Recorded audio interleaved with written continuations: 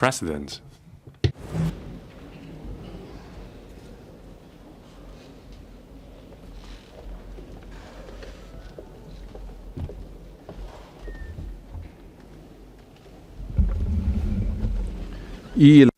Motion debate on the 2024 policy address. Ms. Starry LEE will move this motion. Members have been informed that the motion debate will be held in 4 sessions. I will first call upon Ms. Starry LEE to move the motion, and the first session will then begin.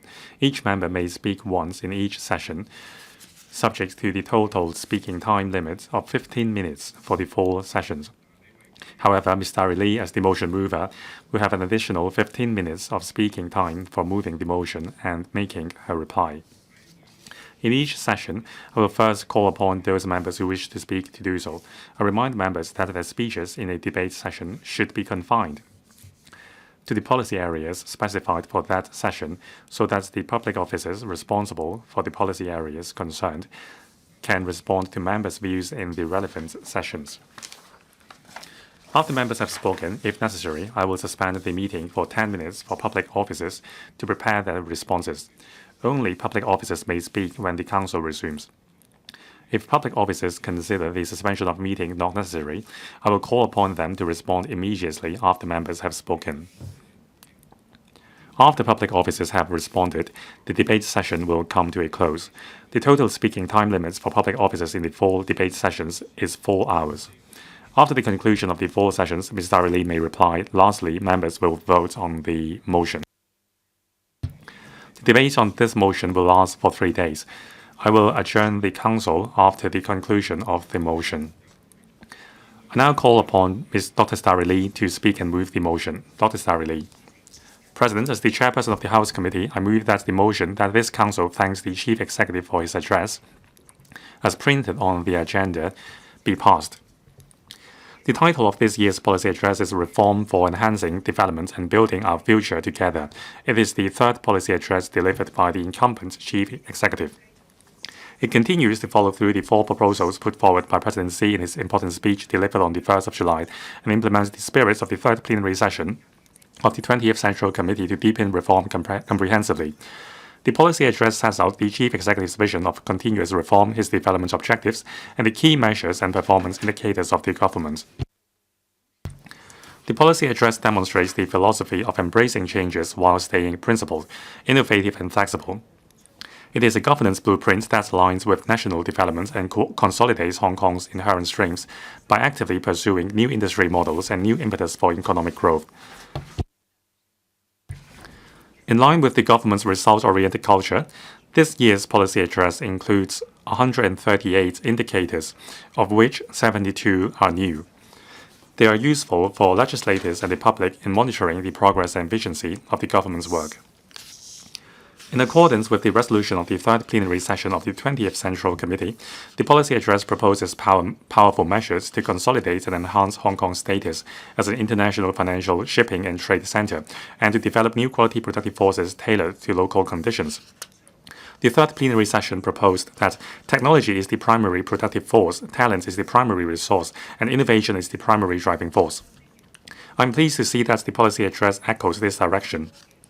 By pointing out that education nurtures our future, technology denotes our strengths, and talents lead our developments, and that integrated development of the 3 factors should be achieved under a steering committee. Director Xia Baolong's speech last week also mentioned that in face of the new wave of technological revolution and industrial reform, science and technology have become the major engine of socio-economic development, and innovation has become the primary driving force.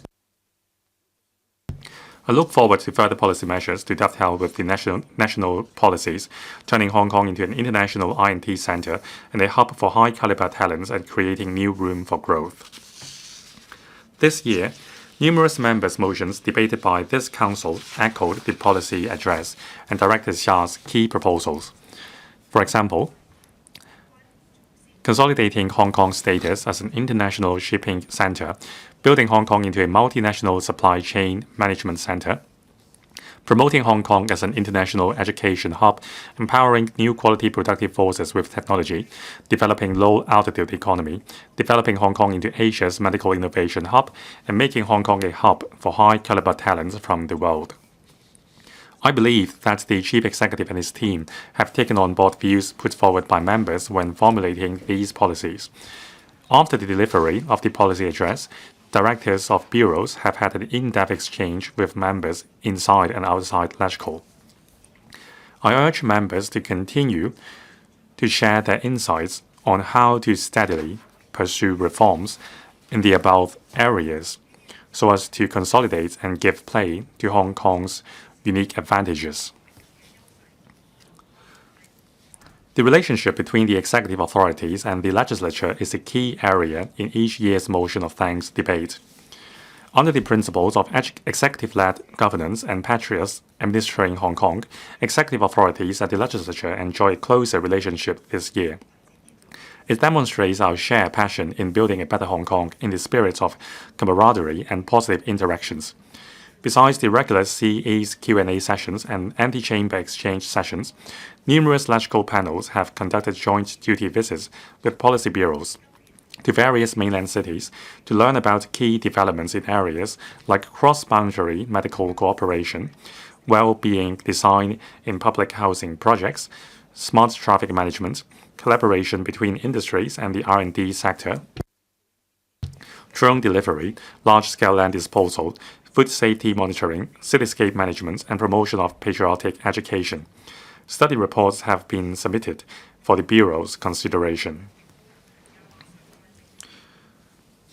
I am pleased to see that a number of proposals made by members during the exchanges were adopted in the policy address, including addressing the deep-rooted problem of substandard SDUs, the pilot use of large-scale land disposal model in Northern Metropolis development, enhancing cross-boundary elderly care and healthcare arrangements, rebranding Hong Kong's tourism, developing low-altitude economy, implementing full portability of the MPF, relaunching the principal moratorium arrangements for SMEs, and reducing the duty rates for liquor. The measures were born out of member suggestions and the government's planning. They highlight how the public's aspirations can be met by a positive interplay between the executive authorities and the legislature. The Deputy Chairman of the House Committee and I will continue to actively serve as a bridge between the Council and the executive authorities.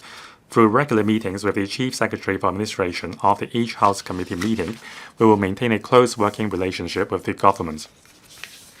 I also thank the Chief Secretary for attaching importance to our relationship. Now, from time allowed for members to submit our documents and the operation of lifts, the Chief Secretary has helped us a lot. Now, concerning patriotic education, I thank the government for promoting the implementation of patriotic education. On this year's National Day, there were a number of characteristic activities to help the public understand better the country. Scrutiny of bills is an important constitutional function of the Legislative Council. With its high quality and highly efficient operation, we have passed 27 government bills, including legislative proposals made in the previous policy address. Some enhance the legal framework and enforcement mechanism of safeguarding national security. For example, the Safeguarding National Security Ordinance, which is the local enactment of Article 23 of the Basic Law. Some consolidated Hong Kong's status as a regional intellectual property trading center, like the Patent Box tax concession arrangement. The automatic land lease renewal mechanism maintains the confidence of property owners and investors. Other legislative proposals in relation to livelihood include facilitation measures for the redevelopment of dilapidated buildings, good building management, streamlining compulsory sale mechanism, and new regulations for building management. In this year's policy address, a number of new legislative proposals have been made. For example, amendments to the Post-Secondary Colleges Ordinance for building Hong Kong into an international post-secondary education hub, regulation for fuel hydrogen for promoting new energy development, amendments to the Electronic Health Record Sharing System Ordinance to enhance our healthcare system, the auxiliary medical Services Ordinance amendments for introducing non-locally trained auxiliary medical services practitioners, and also amendments to the Firearm and Ammunition Ordinance to prevent terrorist activities. The scope is wide, and they have been included in the legislative program this year. We can see that we will be very busy in scrutinizing these bills. I believe that members, like usual, will fully cooperate with the government's work and actively take forward their duties in seriously and efficiently scrutinizing the bill. I also hope that the government officials to engage in effective communications with the Council and explain the bills and get a consensus so that the relevant bills can be passed as soon as possible. I believe that in the 3-day-long debate, members will put forward their aspirations and views concerning various policy areas in the policy address. As the chairman of the House Committee, I hope that the Chief Executive and various directors of bureaus will listen to members' views carefully and respond to them. Under one country, two system, we are uniquely positioned to enjoy the backing of the country and connect with the world. In face of changes unfaced in a century, I believe that only by seeking changes and reforming itself can we rise up to challenges and enjoy the opportunities. President Xi once said that the path of reform is never easy, and the key to long-term development lies in reform.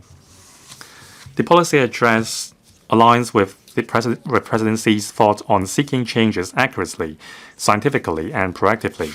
By aggressively pursuing policy measures and nurture talents, expand room for development, we can build a high-quality economy. I hope that through positive interplay between the executive and the legislature, we can focus on actions and deliver on results and put forward policy measures to pursue development. As Director Xiaobalong has reminded us, we can't rely on just one trick to pursue development. We have to be proactive and seek reform and forge new grounds amidst changes. I urge various sectors in Hong Kong, including Legislative Council members, to work together and to take actions to pursue better development in Hong Kong. We need to enhance our status as the airports, seaports, and land ports of the area. We need to upgrade our tourism sector and also make the Oriental Pearl shine brighter. We need to serve the country with our strengths and contribute better to the high-quality development and deepening of reform in the country, I so submit. I now put the question to you that Dr. Starry Lee's motion be passed. We now proceed to the first session. Members who wish to speak in this session, please press the Request to Speak button. The debate themes of this session are reform and embrace changes to achieve prosperity, steadfastly and successfully implement one country, two systems, strengthening our governance systems, deepen GBA collaboration. The policy areas covered in this session have been set out in the scripts for members' easy reference. Mr. Gary Chan.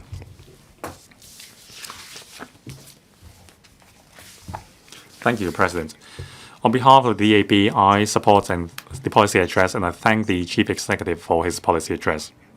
Amidst changes unseen in a century's time, we are facing unprecedented risks and opportunities.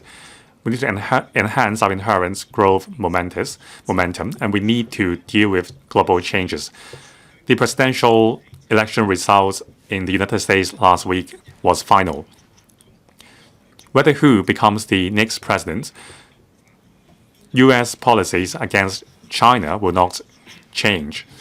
Now, in face of these changes, the country adhered to the path of strengthening itself through innovation and technology and reform. Now, Hong Kong will rely on the country and play our role as a bridge between the country and the world. Now, the policy address says we need to reform for enhancing development. We need to seek changes and breakthroughs so as to stay competitive in the world. This will ensure long-standing prosperity. Now, reform and innovation has become the main theme in our growth. Last week in Shenzhen, Director Xiaobalong said that the central government had great expectations for Hong Kong. I quote Director Xiaobalong, "Hong Kong can't rely on the old tricks. We must seek changes and reform proactively. I believe the message is heard by the business sector and society as a whole. With our concerted efforts, we can reinvigorate our markets and create societal momentum. Not only that, with one country and two systems, we can play a role as the bridge and a world-class springboard for the country. So to help the country and Hong Kong cope with the ever-changing global landscape, we can tie in with the national development directions. And through reform tailored to local needs, we can enhance our public service system to make it aligned with people's needs and strengthen social security and enhance people's happiness and sense of belonging. President, the policy address stresses development and reform. It fully addresses calls from the community. There are parts on the economy, and that makes up the lion's share. The measures and proposals show forward thinking. Many ideas from the DAB have been adopted, say improving the mutual access mechanisms, streamlining the listing procedure, and faster approval for listing applications, strengthening our ports. These measures will strengthen Hong Kong as an international financial, shipping, and trade center, so that in these three areas where we have an edge, we can hone our competitive edge. Other DAB members will discuss these areas in greater detail in a moment. We have to leverage our existing industries where we have an edge. We must also nurture talent. As we develop new quality productive forces, we need a wide range of talent. As we pursue high-quality economic growth, different industries will need talent in high technology. That means, in terms of our policies to nurture talent, we need to work on both quantity and quality. That's why the DAB championed the Northern Metropolis University Town. That's where we can have exchange of new technologies and ideas. That's how we can nurture the talent our country needs, so that Hong Kong can become a hub for international top-notch talent. We can create a tech industry park that is competitive and attractive, so that we become a key base for our country. And then we can strengthen our country's capacity for innovation. Now, on housing, this is also close to people's heart. We want a harmonious community. This is also top of mind for the people. On people's well-being, the policy address also devotes much discussion to it, and many ideas from the DAB are adopted. On housing, many measures are proposed. Enhancements to HOS flats, phasing out substandard subdivided units, these are measures to address housing problems. Healthcare reforms, to make sure people have access to timely access to healthcare. A wider coverage for subsidies for seniors to access care homes, more places for persons with disabilities. These steps show our care and support for the disadvantaged in the community. More places for childcare, so that we take pressure off families with children. Measures to support women going to work. These steps show we care about people's well-being, and that contributes to social stability.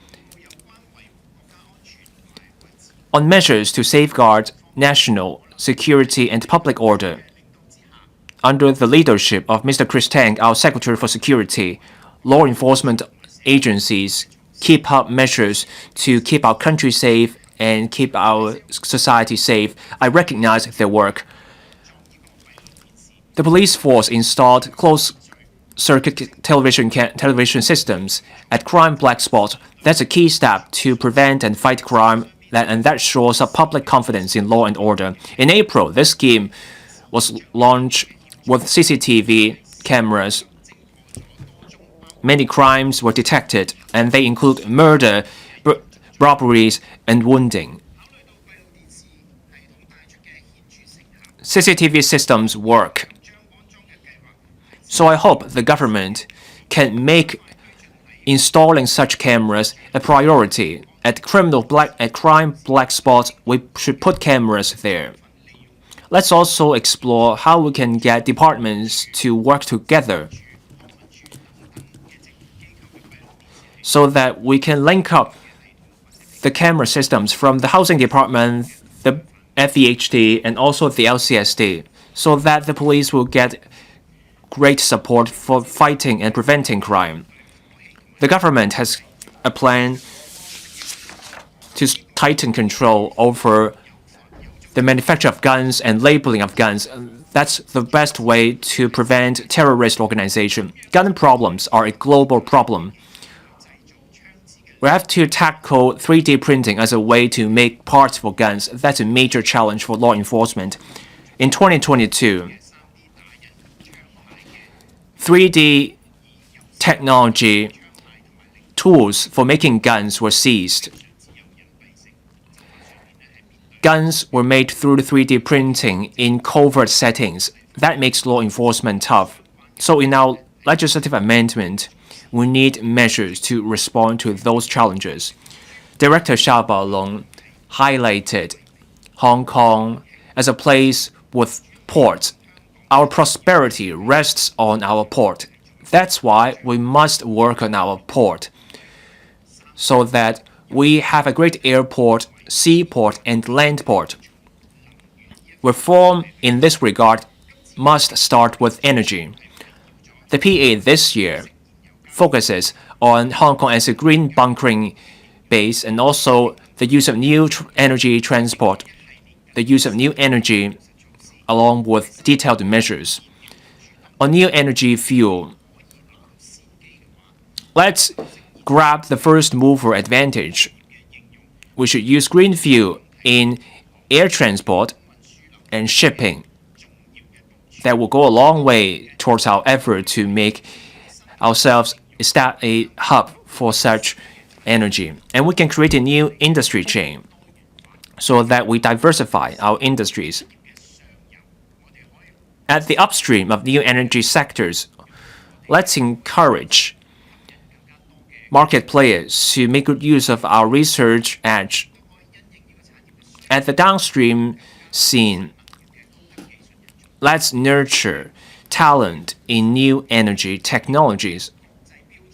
Let's also look at international standards and carbon reduction technologies that will mean new growth points for our economic growth. Our country has formed industry clusters in new energy and new energy vehicles. That effort has paid off, and those industries have plans to expand overseas. Given that, for Hong Kong,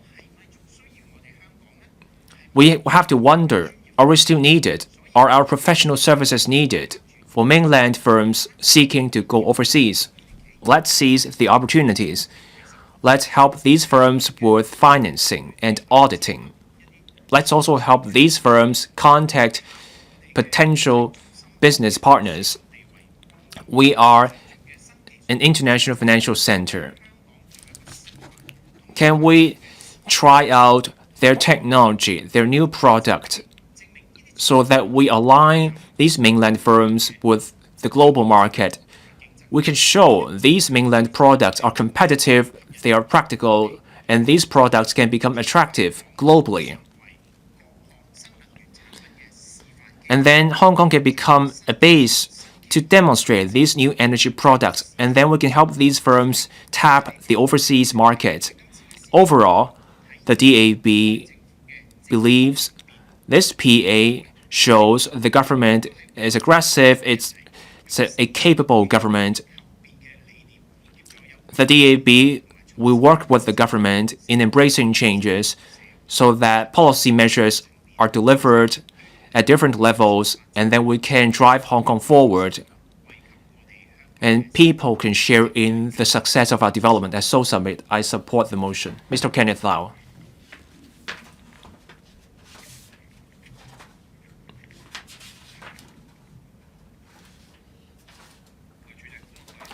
President, I support this motion. The policy address this year adopts the theme of reform for enhancing development and building our future together. We put 3 years of COVID behind us. Normal life is back. We welcome the focus on people's well-being and economy in this year's policy address. The focus this year is deepening reforms to spot new growth points. Hong Kong will become a gold trading center. There will also be facilities for gold storage. There will be an ecosystem for commodity trading. There will be a working group on the low-altitude economy, on tourism, and also cultural and creative industries. These steps show the government is determined to drive economic growth so that Hong Kong can shine in this new era. I want to first comment on safeguarding national security. At the third plenum of the 20th century CPC of the CPC, national security is important, and we have to implement this holistic approach to national security. We need the mechanisms and systems to keep our country safe, to ensure long-term stability. National security comes in Chapter 1 of the PA, and that echoes the resolution of the third plenum. The government will faithfully implement one country, two systems and leverage our strength under one country, two systems. That will help sustain our success under one country, two systems, and that's the best way to support our drive towards the great rejuvenation of the Chinese nation. In March this year, we enacted the local legislation for Article 23 of the Basic Law, and this SNSO achieved convergence and compatibility with the Hong Kong National Security Law. That means we now have a great protective barrier. Still, given the international complexities, we must stay vigilant. We must guard against unforeseen national security risks.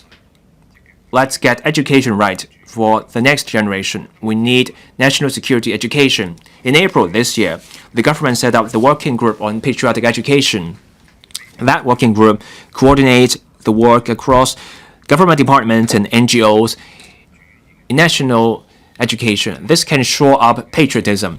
Next year, we will mark the 80th anniversary of the victory in the War of Resistance. Let's hold more commemorative events in the community to drum up patriotism. Now, in April this year, the Chinese Culture Promotion Office was also formed to promote Chinese culture. In the new territories, there's an abundance of resources in culture. Jiao Festival, the basin dishes, that's a great place where you integrate culture and tourism. The PA also proposes tourist itineraries in the rural areas and along the coastline. There are references to the shuttlecock and also island hopping in Yanchao Tong, the South Lantau Eco-Tourism Corridor, and also developing the former Lama quarry site as a place for outdoor eco-recreation. Also, Chinpeiche and Pak Nai will be turned into a node for tourism. On behalf of the Hung Yi Kok, I give my support to these measures, and we will give support to the government in making the most of the new territories so that we can have culture and tourist activities there, and we can develop tourism with rural characteristics. As Director Xiao Baolong said, we must move faster in transforming tourism. We have 1,180 kilometers of coastline and 263 islands. Let's make the most of that to develop eco-tourism and also cruise tourism. The NT area has unique village culture. We have spectacular coastlines. That's a great draw for tourists. Let's turn those ideas into reality. So that will require relaxing the rules for the sector. Villages in the new territories can become bread and breakfast, but then to run such businesses and also run restaurants, licenses are needed, and that's a complex process. It's also costly. That's hard for the local people. remote attractions become less attractive because they are hard to access. We're short of roads with poor transport links, so we need to fix that. I hope the government can streamline the rules so that rural villagers don't have to follow the rules that apply to urban hotels. Let the villagers run bread and breakfast and widen the roads in rural areas. Let's have more buses and minibuses and ferries to remote attractions. Let's have more parking spaces for coaches and loading pickup and drop-off points. We make access easier, and then we support the tourism in that area. We can also create more jobs. President, Hong Kong is a boat, and we need to set sail together and raise the challenges together. In order to do that, we need to have high-level planning. I'm happy to learn from the policy address that 4 groups will be set up. These groups will be led by the department secretaries, and they include the Committee on Education, Technology and Talent, another working group on developing tourist hotspots, as well as another group to promote economic development. We need to jump on this wagon, and we need to actively dovetail with national strategies and better integrate ourselves into national development.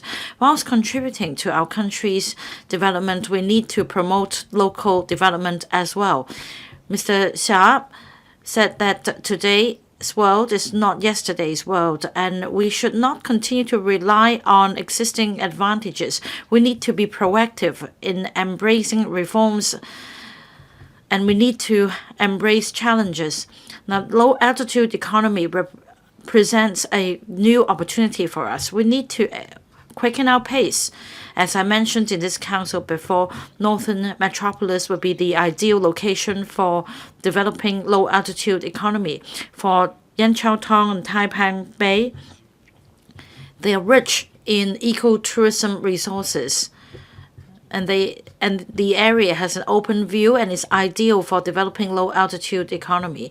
The government can start with using drones for the delivery of goods and meals before introducing other forms of low-altitude economic activities, including air taxis.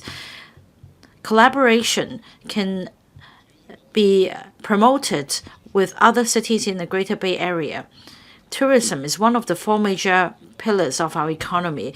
Tourism in Hong Kong should be transformed and upgraded. The Kai-Tak Sports Park will be commissioned in the first quarter of next year. This is the biggest opportunity for us to take forward tourism development, and it is an opportunity for us to promote economic development as a whole. Coldplay, the popular UK band, will give 3 concerts at Kai-Tak Sports Park in April next year. The National Games will also be held there next year. So we're keenly looking forward to these events. However, I'm concerned about the supporting transport. Well, the Kai-Tak Sports Park is connected to Sung Wong Toi Station and Kai-Tak Station, but with a seating capacity of 50,000, I have doubts as to whether we have sufficient transportation available. The government should also draw up contingency plans so that there is proper response to emergencies. We also need to enhance coordination among government departments and bureaus so as to develop new tourism plans to drive the development in Hong Kong. Finally, I'd like to talk about attracting and retaining talents. The Chief Secretary leads a committee that is called the Committee on Education, Technology and Talent. The function of this committee is to drive the various talent attraction policies. The government will also ramp up its efforts. According to the policy address, the Talent Engage platform online will be enhanced. Advisory services will be provided in a one-stop manner in terms of visa applications, employment support, etc. A one-stop information portal should be provided to help talents with different livelihood issues such as employment, school places for their children, healthcare, etc. Now, many incoming talents attach great importance to education for their children. 80 hectares have been set aside for the development of the Northern Metropolis University Town in Northern Metropolis. This can help build our status as an international education hub and for incoming talents to stay and develop here for good. Sufficient I&T resources should be given to the Northern Metropolis University Town to foster greater collaboration among research institutions there so that the R&D outcomes can be commercialized. The policy address, for the first time, gives its strong support to the third medical school's establishment in Hong Kong. In Ngau Tam Mei, a site has been reserved for the campus of this medical school as well as an integrated teaching hospital. However, I think the third medical school should not be built on the existing resources for the two medical schools we have in Hong Kong. Instead, it should promote the collaboration and synergistic development with research and institutions and I&T corporations in the loop so as to develop preventive care and make breakthroughs on diagnostic technologies and treatments. Universities have expressed interest in establishing the third medical school. The government should consider the qualifications of the teaching force and the level of research of these institutions in picking the best operator. Only degree holders should be accepted as applicants as they are equipped with basic knowledge, and this can help shorten the period required for training the medical talents. More mature students and non-local students should also be allowed to be admitted because there will be better prospect for them to stay in Hong Kong and develop for good, and this will also add to our pool of healthcare professionals. This is an innovative policy address that responds to the public's aspirations for reforms. The government should continue to work on land and housing production, enhancement of healthcare system, looking after the needs of not only young people but everybody in Hong Kong so that people can acknowledge the efforts of the SAR government led by the Chief Executive John Lee in fighting the corner for citizens and improving people's livelihood whilst promoting economic development. Surely we'll build a better future for Hong Kong.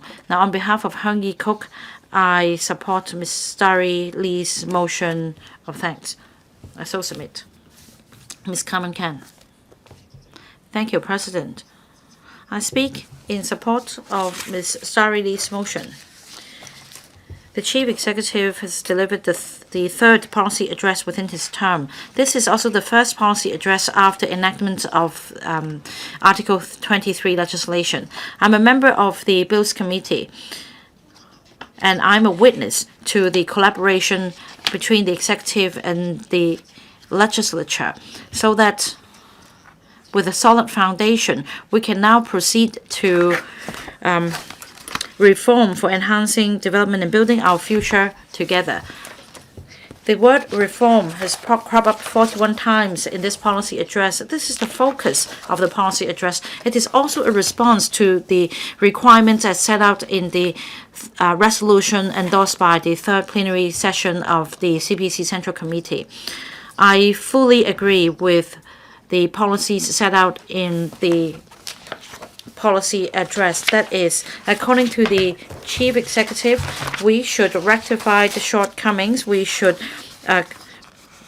establish what is lacking in the system. We should also address bottlenecks and overcome weaknesses, hurdles, and we also need to work on areas in need of consolidation. We must reinforce them and improve them. With this top-level philosophy, the government now embraces a reform mindset.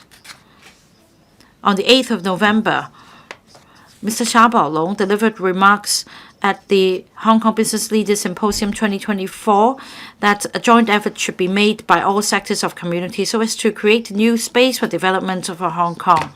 This is also what I set out in my written submission to the policy address. Now I'd like to turn to national security.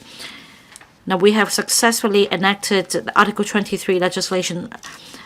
Still, national security is a major concern for all places, and we need to continue to make efforts to safeguard national security.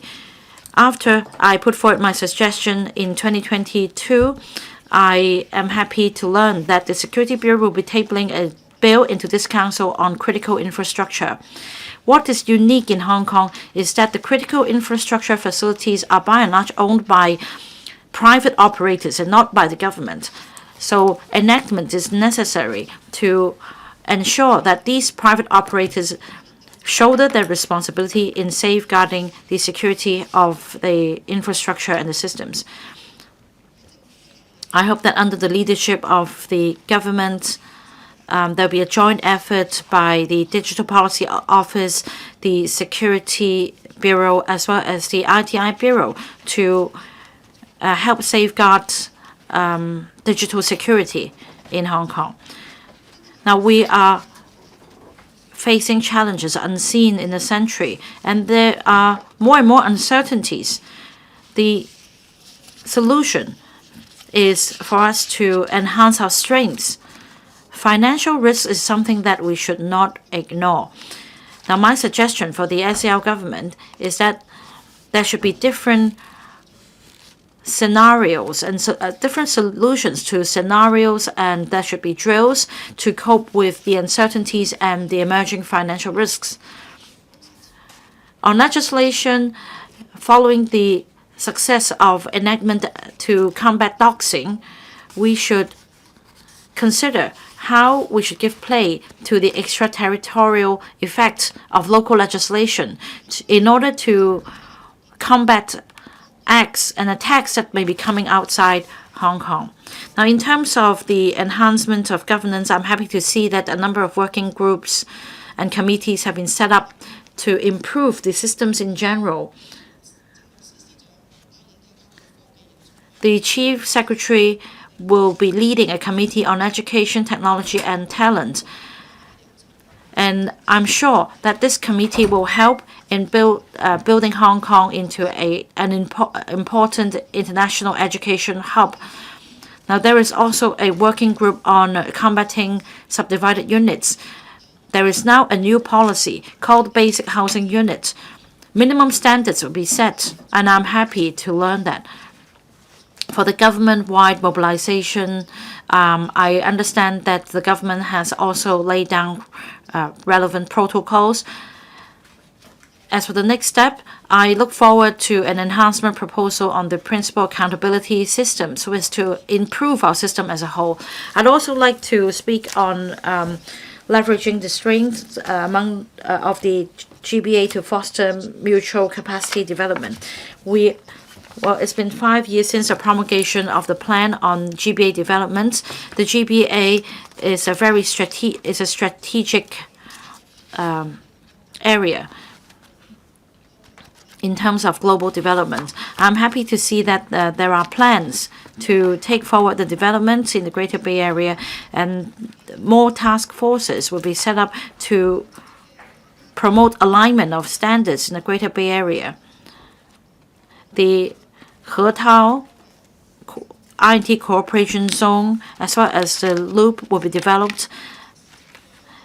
In April last year, Presidency referred to a new strategy when he visited Guangdong, and our policy aligns with what Presidency said. I'm happy to learn that the feasibility study will be conducted in relation to Kao Yi Chao Artificial Island so that we can unleash potential of development. I'm going to speak on other matters in the other sessions. Mr. Chu Kwok-keung, Thank you, President. I speak in support of the motion of thanks moved by Dr. Starry LEE. In this session, I'm going to speak on patriotic education. My organization has been advocating patriotism education. Concerning the measures proposed under the policy address to promote Chinese culture among young people, I applaud them. Campus is the major platform for putting forward patriotic education. The policy address proposed to update the framework for that. I support it. This is the 10th anniversary of the proposal of the holistic national security view by President Xi.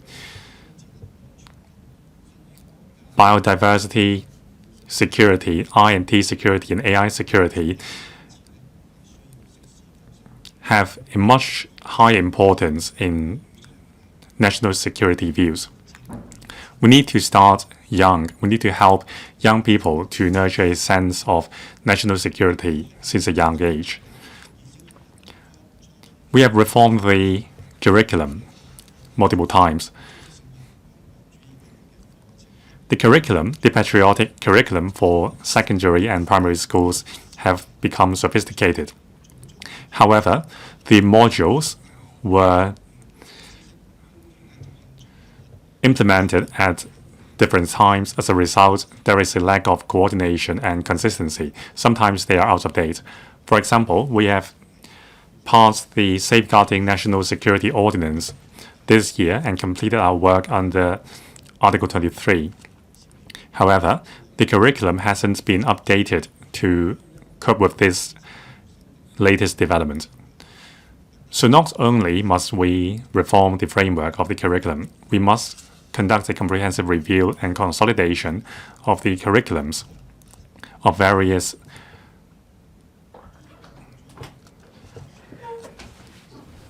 schools to keep the contents updated. Now, in recent times, as shown by the report conducted by the educational inspector, it seems that there is too much focus on whether students are singing national anthem loud enough. And there is a lack of human touch in the approach. Now, I hope the Education Bureau would identify the weaknesses in the inspection system and develop a more comprehensive and student-centric approach so as to nurture a sense of real patriotism rather than encouraging students to sing loudly during the morning gatherings. I'm pleased to see that the policy address has included red tourism into mainland visits for students. Teachers are encouraged to include the nation's geography in the lessons. It will help students understand the rich natural resources of our country and also the historic path of the Communist Party. I thank the government for taking on board my suggestion to establish the National Development Museum in the northern metropolis rather than in urban centers. Now, this museum should display the country's developments and achievements in an interactive manner, in particular, how far we have gone since the handover, as well as the country's achievements since reform and opening up. We must stress the points that Hong Kong was never absent in the country's development. We need to touch students' hearts. Now, this is the 75th anniversary of the establishment of the PRC. Patriotism has taken roots in Hong Kong. We must ensure that patriotism is passed on so that Hong Kong can make further contribution to the country. Mr. Stanley Ng, President, the FTU fully supports the policy address. The theme of this policy address is reform for enhancing development and building our future together.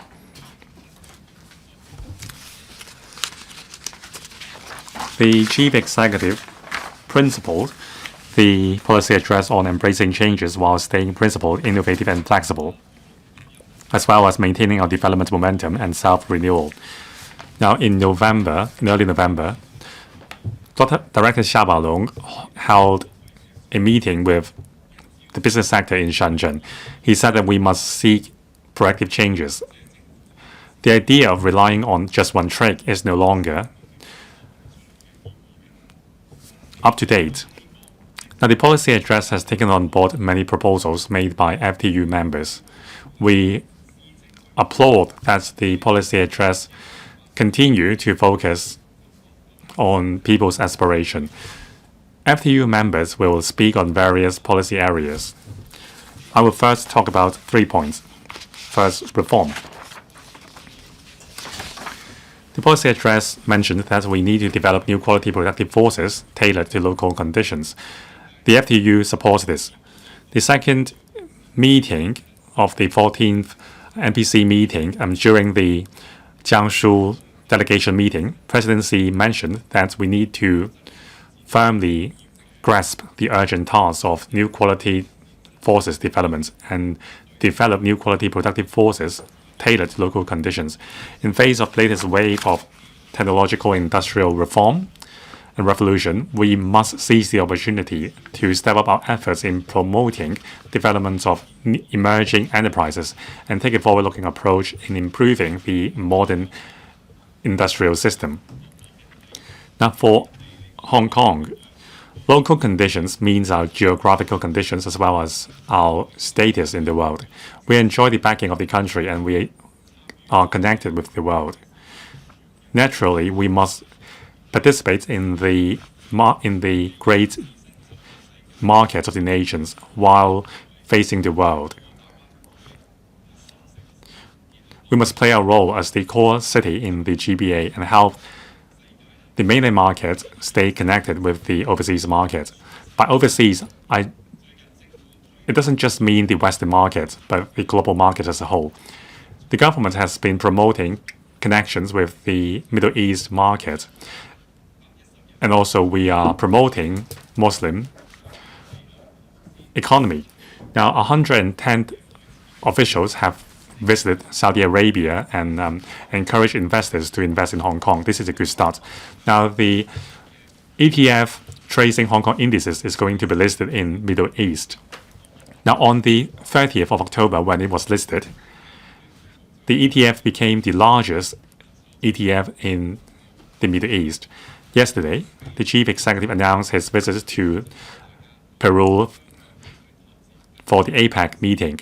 Now, we all agree that we need to forge a larger market and not just focus on the Western market. But I'm concerned whether we have the relevant talents who are well-versed in Middle Eastern and Muslim finances. They need to have an intimate understanding of the local culture. We need to draw for talents, and we need to nurture talents tailored to our needs. In developing new quality productive forces, there are 4 directions, including International R&T Center, Regional IP Trading Center, International Medical Innovation Hub, and promoting integrated development of real and digital economy. I am very interested in the last one. To promote digital economy, we need the participation of the public. While taking the lead in digitalizing government services, the government must also actively remove the digital chasm. For example, managing public housing estates with digital technology, and also facilitating cross-boundary e-commerce. We need to also take care of our local retailers and launch measures to support local retailers and wholesalers. We must keep moving, otherwise we will be outcompeted. Over the past 2 years, we have seen a lot of innovative reform measures. For example, adhering to land creation and taking back the initiatives in land creation to avoid to avoid the creation of rigid vested interest in land. I support creating a land reserve so that the government can maintain the initiative. Light public housing units is a new invention. In this policy address, basic housing units have been introduced to address the issue of SDUs. Now, with the establishment of care teams as well as early allocation schemes of public housing units and also Strive and Rise program, these highlight how the government is addressing the livelihood issues with determination. I support the spirits of reform, and I recognize the government's prowess in these. But more importantly, how should we reform? Who are we reforming for? Reform should be based on the well-being of people. We need to break down the system of vested interest in land. Now, in the new era, the FTU proposed the principle of building together and sharing the success together. We want Hong Kong to become a society where everyone has a stake in and where people have a sense of belonging and well-being. Second, promoting patriotic education. Now, the working group on patriotic education has been set up by this term of the government. It highlights the government's determination to take forward this effort. Now, before the reunification, the FTU has been working against the will of the colonial governments and promote patriotic education. We were the banner holder. Now, we spare no effort in supporting the government's work in promoting patriotic education.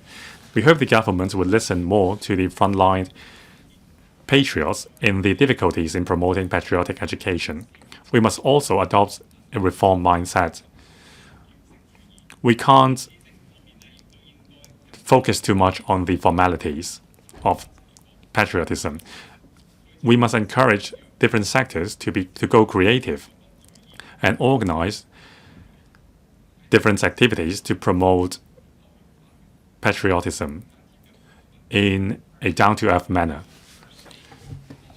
Now, besides education in campus, we must go into the community and organize a territory-wide patriotic education day. We must identify patriotic education landmark over the territory and help patriotic organizations to create chronicles for patriotic movements like patriotic labor movements. Now, we need to have a cross-departmental steering mechanism. Now, the government has been working a lot to enhance the livelihood of people through enhancing its public services. The government has been responding to the 4 proposals made by President Xi and also the 4 musts. We see the results ourselves. Now, this policy address has promised to establish 3 working groups and 1 committee to address the most pressing issues. Now, this is a results-oriented philosophy. However, the objectives would change over time, and we can't always be passive. If we always rely on the formation of new working groups to solve issues, then we may need deeper reform in the mindset. Now, as stressed by the 20th Third Plenary, we must enhance the structural synergy in reform. Now, in terms of cross-departmental coordinating capability, the government must establish an inherent mechanism of coordination among departments to address structural reforms. We look forward to seeing reforms implemented by a long-standing mechanism to create a positive cycle. I so submit. And you. Ms. Jovi Chen. Thank you, President. Mr. Stanley just gave a speech on overall aspect about our thoughts on the PA. So I now want to follow up on specific issues. The chief executive delivered his third policy address this year. We set up different events for different districts. There was an event for Kwai-ching, and then there was also an event for young people. We put forward ideas to the chief executive. We also got in touch with patient groups and the healthcare sector. There were discussions and consultations. In the next couple of days, we will also go into greater detail about our proposals. We can all sense the government's determination to deliver for the people. The term reforms came up 41 times in the Chinese text in the policy address, and this is echoing the spirit about the reform from the third plenum of the 20th CPC Central Committee. This shows the government's ambition.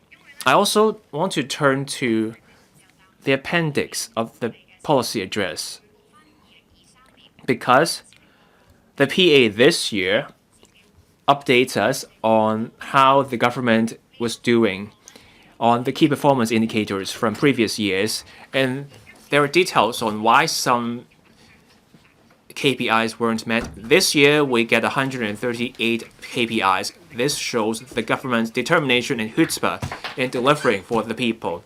I will comment on youth housing and healthcare, and will come up with specific ideas. I hope these ideas can be adopted so that the government can show us that it is delivering on what people are calling for. I so submit. Ms. Maggie Chen.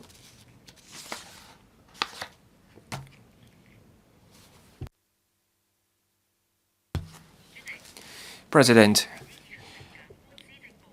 I support the policy address this year. I also thank the government for adopting 21 ideas from me, and that includes creating this advisory group on law tech,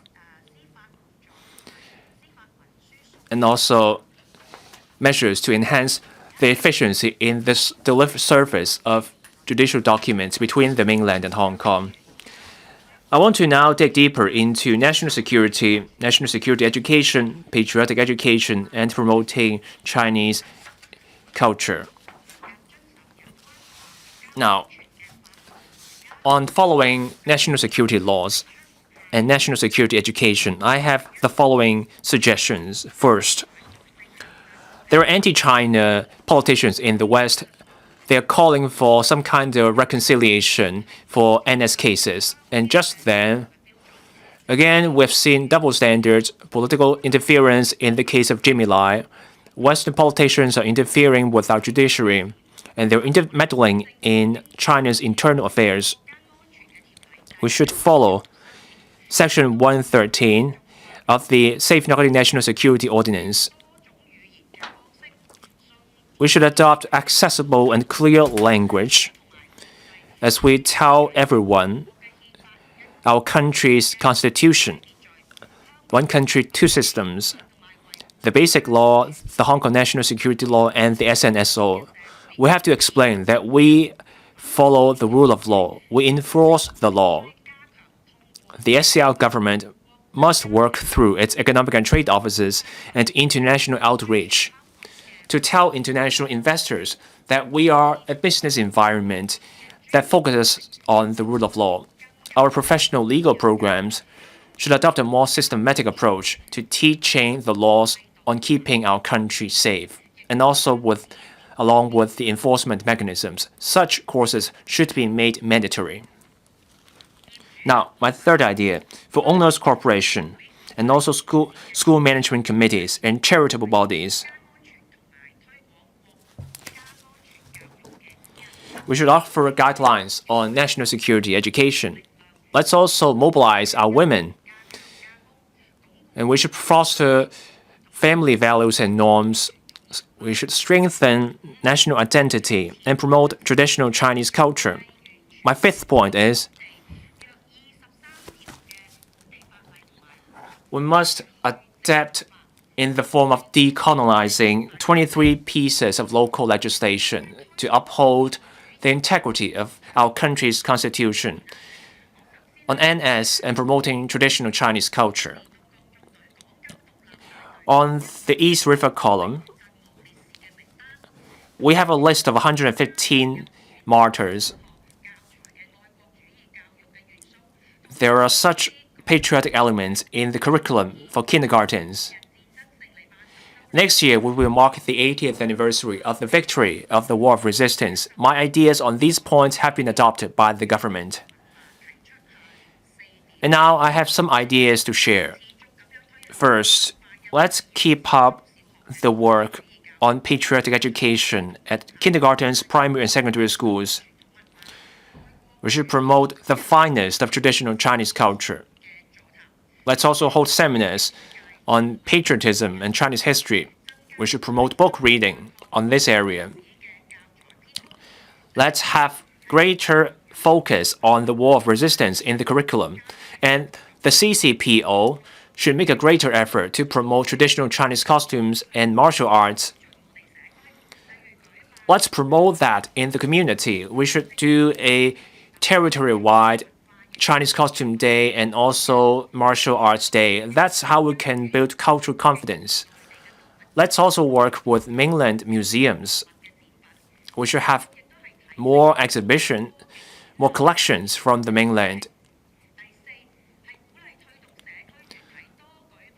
We should get community groups to hold more events on family values, norms, and traditional Chinese culture. Let's get the community involved. Let's show the charm of Chinese culture. Through family education, we cement national identity. I so submit. Thank you. Mr. Martin Liao. President, we enacted the local legislation for Article 23 of the Basic Law. This PA is the first one since we fulfilled that mission. This is also the third of the chief executive in his term. This PA is one about continuity. We first have to get a sense of the circumstances before we can achieve anything. We see changes of magnitude unseen in a century. The East is on the rise. We must spot the changes, adapt to the changes, and embrace changes. The PA this year is about reform for enhancing development and building our future together. Ideas have been taken on board. Ideas from the G19 group have been adopted, and there are more than 100 such ideas. This shows the chief executive is determined to deepen reforms and seek renewal. From the policy objectives and the rest of the PA, I can see the 4 proposals of President Xi Jinping on the 1st of July 2022 have been the basis of our policies, and we are also echoing the 3rd plenum of the 20th CPC Central Committee. We face unprecedented challenges. We need a strong government that can deliver. Over the past 3 years, we have shifted from the positive non-interventionist approach, a big market, small government. We now focus on industrial development and new quality productive forces. We have achieved the results. I welcome the government's measures to strengthen cross-disciplinary policy coordination. There will be a committee on education, technology, and talent. There will be a working group on the low-altitude economy and also another one on tourist hotspots, also another one on silver hair economy. Let's take the committee on education, technology, and talent. The 3rd plenum of the 20th CPC Central Committee proposes that Hong Kong should become a hub for international top-notch talent. At the previous conference on education, President Xi stresses an integrated approach of education and technology in promoting innovation. This committee on education, technology, and talent can ensure an integrated development and also coordination across different domains. As we bring in tech talent, let's also nurture local talent. We need better curriculum. We need a better system for nurturing local talent. For basic and emerging subjects, we should work harder, and we should nurture top-notch talent. The public needs to get involved in our development. As our economy grows, people from all walks of life should be able to benefit from that growth. Technology can empower conventional industries. Artificial intelligence shows much promise. In that connection, this committee on education, technology, and talent should consider ways to empower our manpower. Let's look at Singapore. They will commit more than $1 billion Singapore dollars to AI computing, talent nurturing, and industrial development. They will fund each person 4,000 Singapore dollars for continuous learning so that the workers there can meet the new challenges in the economy. The PA here proposes removing the restrictions on the courses from the Employees Retraining Board. That's a good start because everyone can then sign up for the retraining courses. So let's get the manpower projection and planning right. Companies should play a greater role so that we can train up people with the skills in need for the future, and then we can support industrial development. President, I now turn to leveraging the GBA advantage and building our capacity. The GBA is the most vibrant part of our country. Shenzhen, Guangzhou, and Hong Kong boast a cluster of industries that ranks only second globally.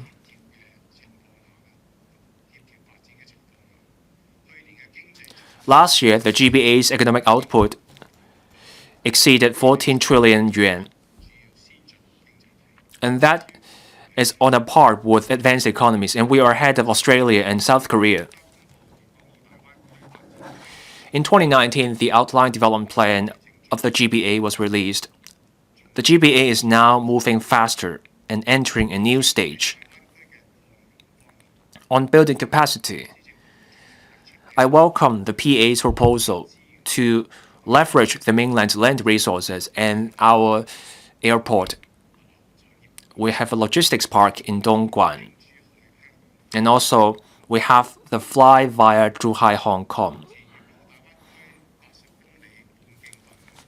Within the 80-kilometer radius of the GBA, we have 7 airports: Guangzhou, Shenzhen, Hong Kong.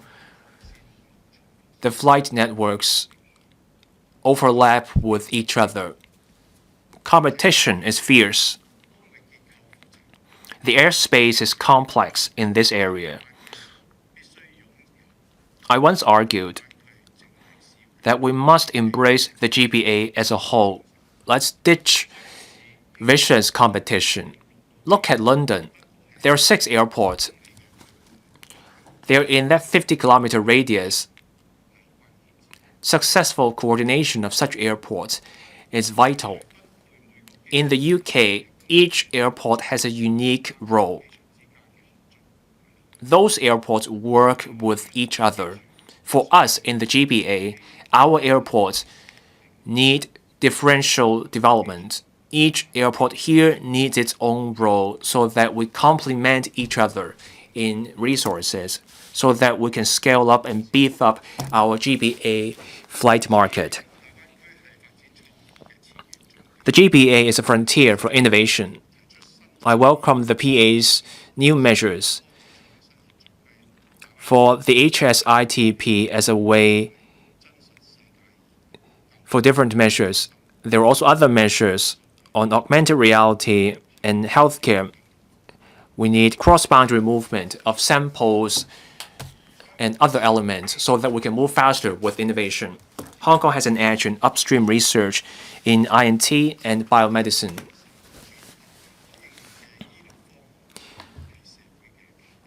Translating research outcomes into products is what our community wants. There are 86 million people in the GBA, and we can achieve economies of scale. So let's get the security of medical data right to put people's minds at ease. The Hong Kong Investment Corporation will explore cooperation opportunities with the mainland counterparts so as to invest in projects that may generate socio-economic benefits for the Greater Bay Area. So far, the Hong Kong IC has invested in 7 such enterprises, but we do not have a lot of details. Over $68 billion of public money are involved. So I think we should enhance transparency so that we can give a proper account to the public and allow the Legislative Council to play its role as a watchdog. Finally, the Greater Bay Area is a pilot zone for the alignment of standards. We have 3 customs regions and 3 different legal systems as well as different standards. This is unique, and this is the biggest difference between GBA and other regions in our country, such as the Yangtze River Delta region. So a very important issue for undertaking reform is to align standards. Hong Kong is the only place in our country that practices the common law system. We have an open economy. We also have a smooth flow of capital and information in Hong Kong. We need to give play to our institutional strength under the one country, two systems principle so that we can give play to our institutional strength and help contribute to the country's opening up. In relation to CEPA, agreement in trade, in services, this will come into effect in March next year. Hong Kong service providers will receive facilitation treatment in relation to setting up businesses.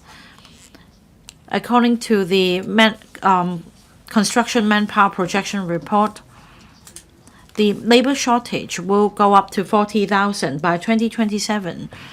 We have projects coming on stream, including public housing projects, as well as the Northern Metropolis and the Kao Yi Chau Artificial Island projects. We should adopt the one exam multiple certificates system so as to give recognition and certificates recognized by the three systems in the Greater Bay Area. On legal cooperation, there are 480 legal practitioners with the GBA practicing certificates, and they are also familiar with the legal system in Hong Kong, so they can be a contributing force to the development of Greater Bay Area collaboration so that we can help enterprises go global, as well as allowing Hong Kong to be the gateway to attract inward investment. And on this basis, the government should draw up a list of mediators that can practice in the Greater Bay Area. We should also further promote the measure to allow Hong Kong investor enterprises to adopt Hong Kong laws as the seat of arbitration as well as mediation. Now, reform is a continuous process. We should not, however, undertake reform for the sake of it. We should have regard to the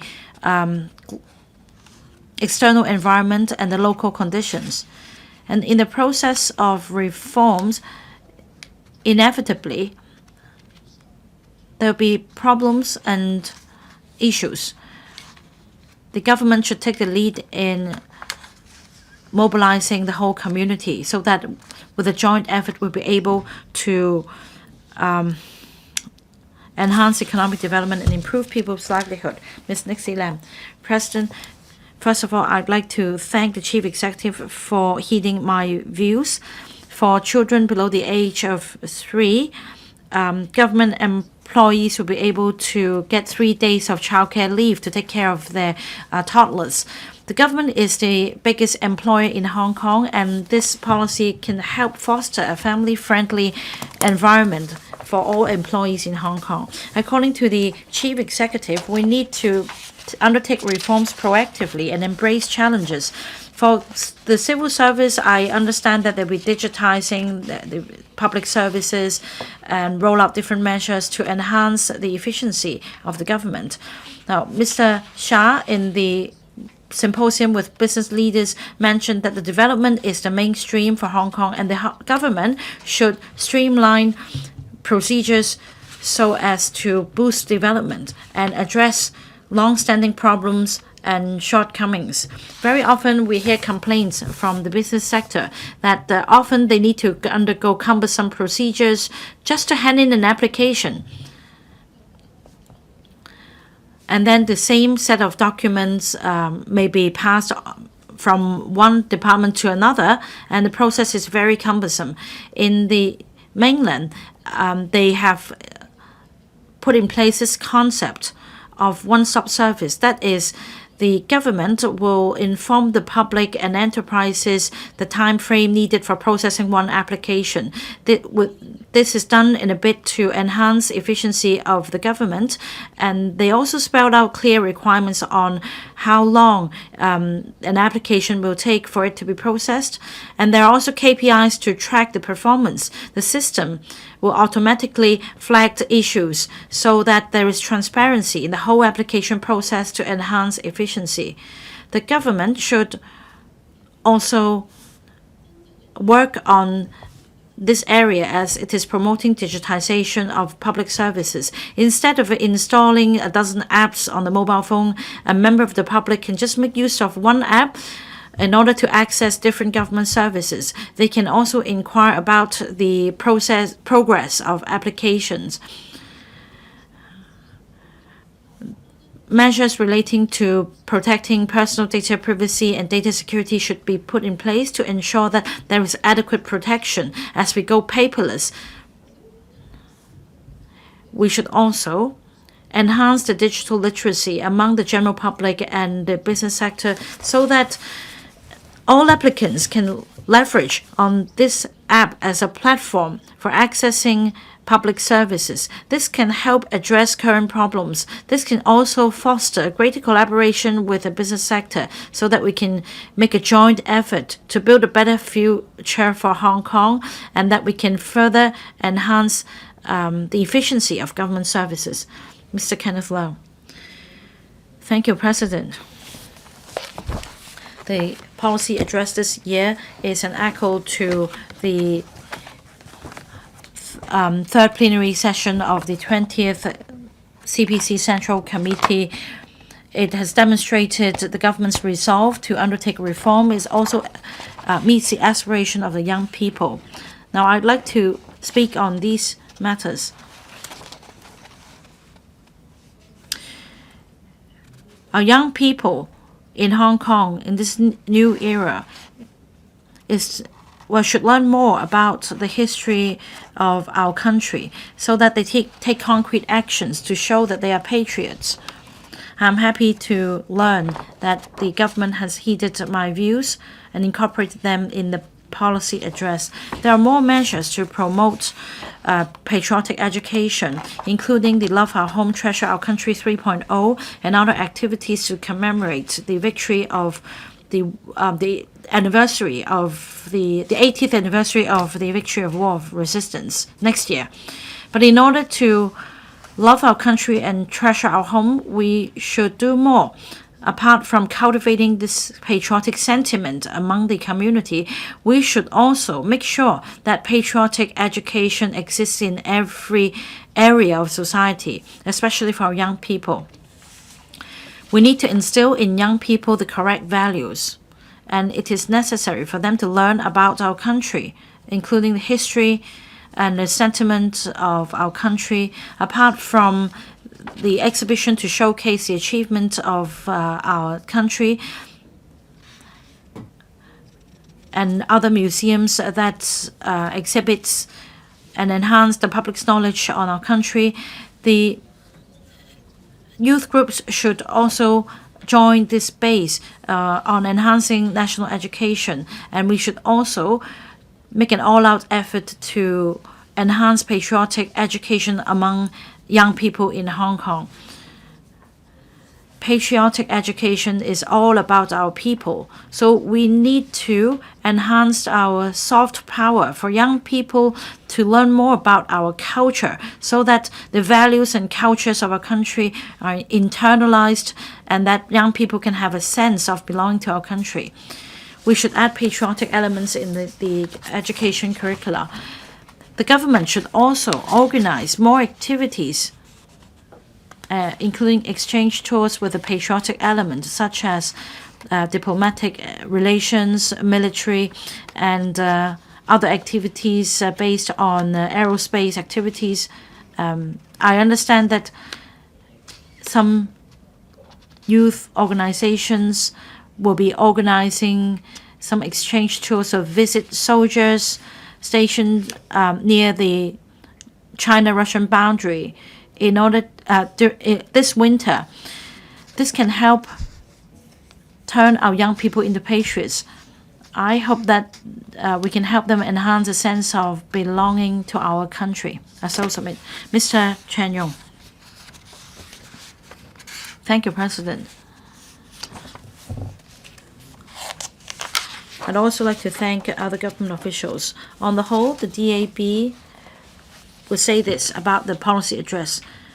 Along with the public, we give our strong support to the policy address. According to opinion polls,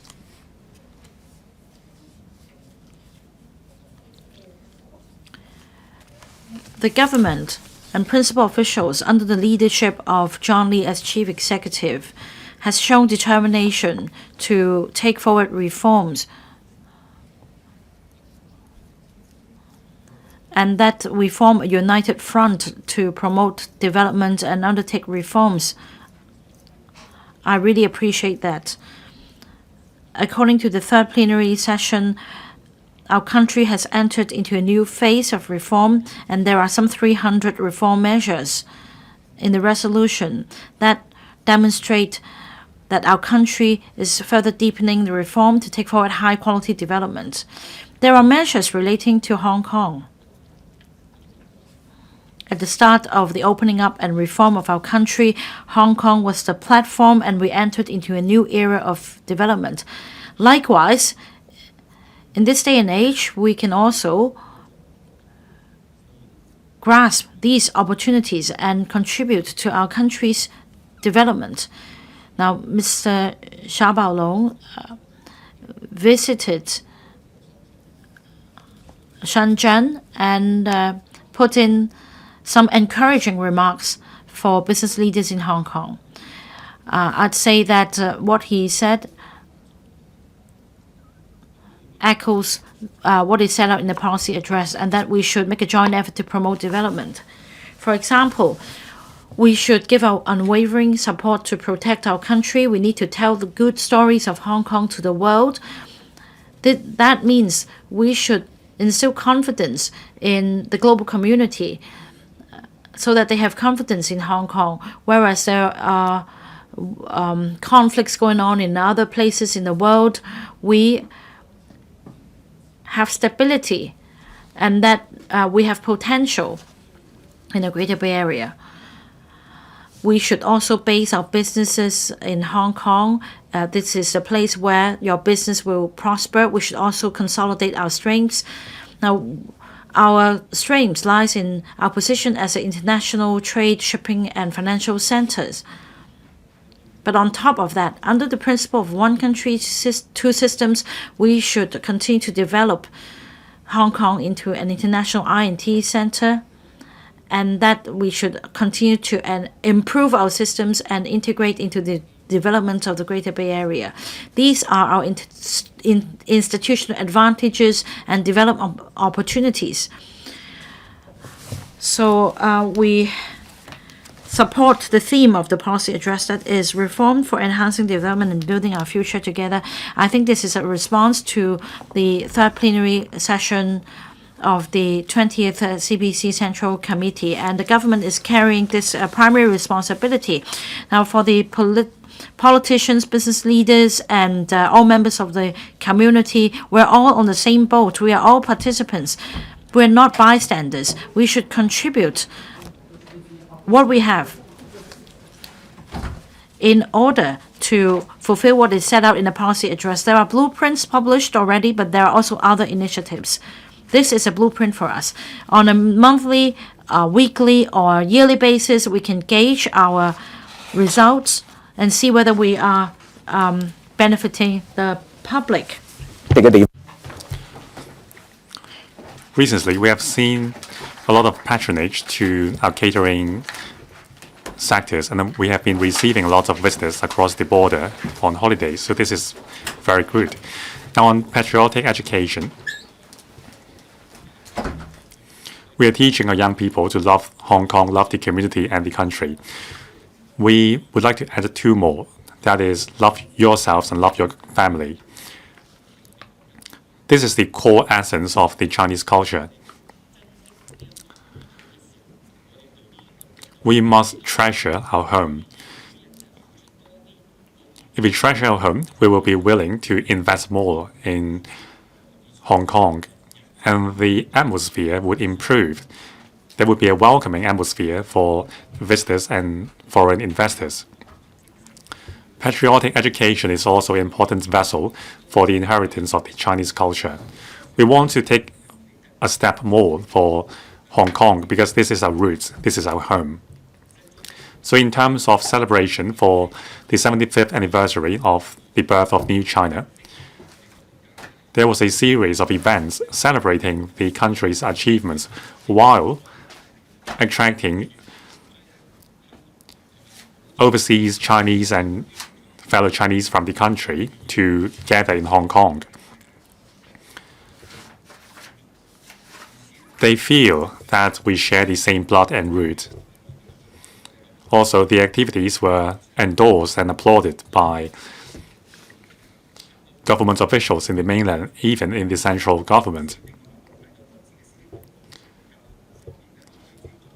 Another measure is the Love Our Home, Love the Country, Treasure Our Home 3.0, launched by the Education Bureau. There is great opportunity within this. The campaign will help us seize better the opportunities in the 8 mainland cities in the GBA, because compared with foreign talents, our young people are more familiar with the developments in our country. Next year is the 80th anniversary of the victory of the war of resistance. According to the policy address, there will be more down-to-earth and interesting celebrations to ensure that the spirits of the war of resistance is inherited by our young people. Now, at the time, during the war, the Western world united together against fascism. In Hong Kong, our guerrilla launched a campaign to save the pilots of the U.S. Air Forces. That's called the Flying Tigers. So we have Wu Jiaoteng and another landmark which have been included in the program. So besides renaming the Museum on Coastal Defense with these two new historical landmarks, we can deploy more resources to harness government and community resources to deliver a more interesting exhibition. Now in Zhuhai, there is an exhibition as well. Now last week we organized an exhibition on the country's developments in new energy vehicles. Now, in terms of technology on national defense, we can also position Hong Kong as a platform to showcase the country's achievements. Now, to better promote the Chinese culture, specifically, we can promote the traditional Han attire and also position Hong Kong as a paradise for Chinese cuisine. Now, we should seek facilitation measures with the mainland immigration authorities to secure single permits, multiple entries, and allow foreign visitors to stay longer in Hong Kong to enjoy themselves. We should also promote the implementation of e-home visit permits. Now, since we are emerging from chaos to stability to prosperity, we saw no problems with the previous elections in the past few years. But I think we should continue to seek improvements so that the democratic process can be even more cost-effective and efficient.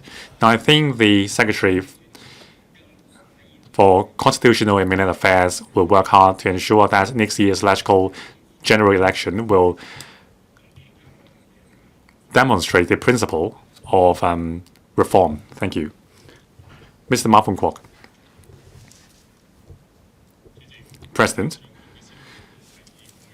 the Chief Executive's policy address themed upon reform to seek developments and promote people's livelihood and create a future for Hong Kong. It is a very pragmatic policy address which fits our need. I support it. We have emerged. We are changing in terms of our economic structure. In the past, our economic structure reaped great fruits, but now we are undergoing changes.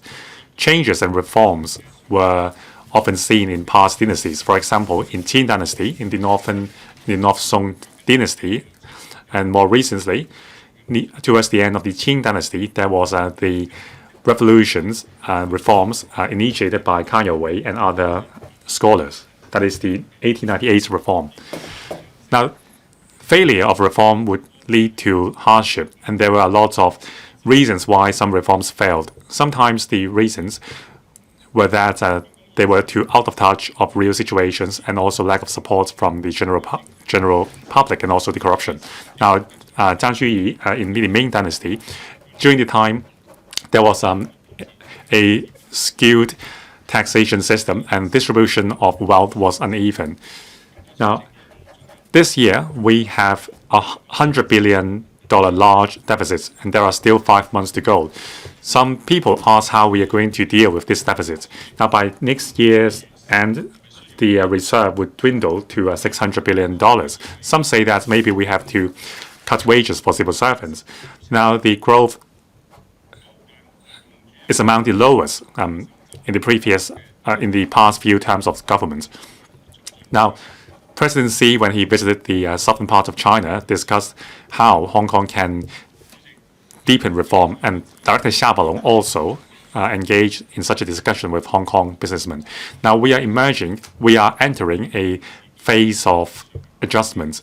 Reforms are needed. This is also a good opportunity. We have passed the chaotic stage and we have emerged from chaos to stability. We have a stable society.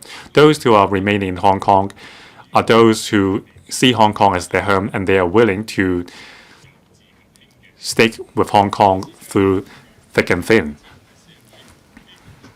Now, we have a generally stable political environment.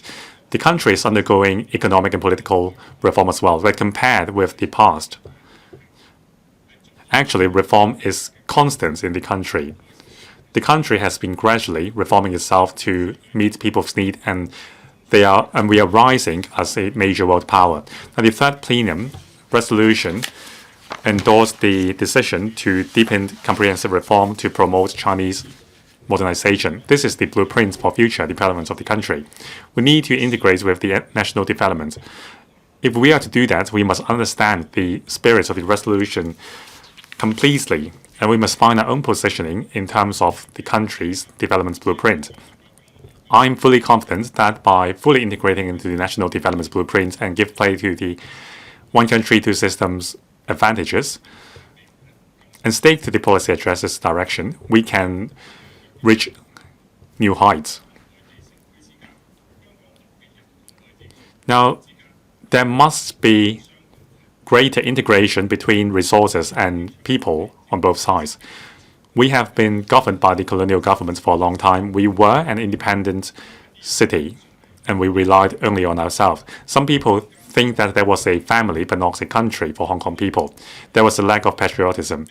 To build this concept, it takes time.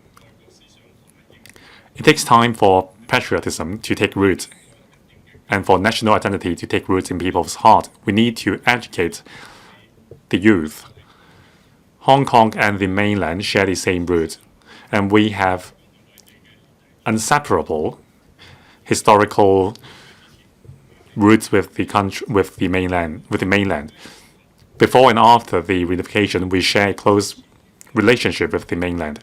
We have seen for ourselves how much the country care about us and love us.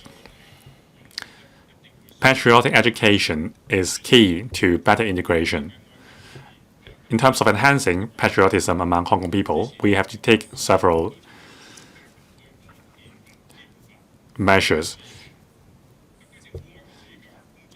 Now, the working group on patriotic education adopts several strategies. First, education in campus, in schools, and also targeted approach against different recipients.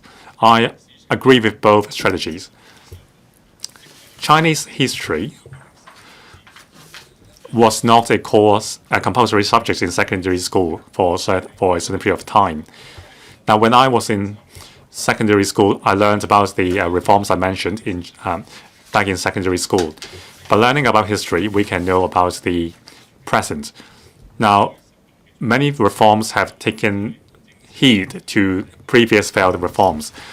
One example is enhancing governance and other livelihood measures. Concerning adopting various strategies suited for various recipients, that is also key. Now, through films, sports events, and cultural events, as well as aerospace publicity, we can educate our young people on the country's achievements. They would be proud on being a Chinese.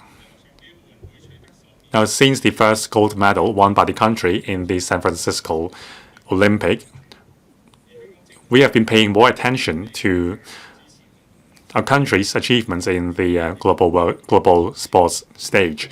Now, we have received support from the country in terms of sports development. Now, our athletes are beginning to shine on world stage. The encouraging results achieved in the Paris Olympic was an evidence of that. Now, it is definitely meaningful for young people to meet with national athletes. Now, some have compared our arrangement with that in Macau, and some say that the Macau government's arrangement is more down-to-earth and more people-centric. There is real interaction between the athletes and the young people. On the other hand, the Hong Kong government only sees this as a popular event, and there is a lack of warmth. Now, besides promoting patriotic education, we must nurture a sense of patriotism among young people. We must take a soft approach rather than using slogans. Now, I went to secondary schools to tell the secondary school students about the country's achievements in renewable energy.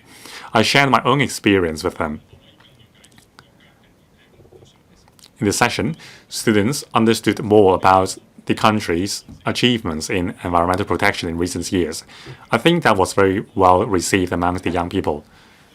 So I hope the Education Bureau can do better in terms of educating the young people on national development. We must remember that the young people are naturally rebellious, and we need a soft approach to educate them. Dr. Simon Lee. Thank you, President. I'm grateful to the Chief Executive for delivering his third policy address. He took on board a wide range of areas. He echoed the spirit of the third plenum of the 20th CBC Central Committee, and he responded to people's calls. The PA discusses the economy, industries, people's well-being, healthcare, and housing. Many new measures are proposed. This shows, given the new circumstances, the government is determined to face up to the challenge, and we can see the close interactions between the executive and the legislature. I welcome the government's adoption of many ideas from me and the rest of the G19. I want to focus on digitalization in the public sphere, the civil service, the GBA, and low-carbon development. Now, here are my thoughts on strengthening the capabilities of the civil service. This needs to go hand in hand with digitalization. This is how we can grasp the opportunities from AI and also confront and face up to the challenges. Now, with the AI era, civil servants are confronted with unprecedented challenges and higher requirements. Technology moves fast. If our government and civil servants fail to keep up with the new technologies and tools, that means we will be unable to guide and manage the development of AI. And that has a bearing not just on government efficiency, but this also has to do with benefiting every part of the community with technology. We must also guard against the ethical, legal, and social problems that can arise from AI. In particular, AI may be exploited by a handful of people, and they can harm the interests of the majority. 2 points come to mind. First, in the early days, let's keep an open mind, but we should follow the development closely. On matters of principle, we should get the regulation right. This means the government needs to learn about and adapt to the new technologies. Let's keep up with the new technology so that the government can better serve the public. This way, in the AI era, the government can function as it should. Now, digitalization of public services means more than just procedures and data. Let's dig deeper. Let's also see the opportunities and challenges from digitalization and AI. Take large language models. It's a breakthrough.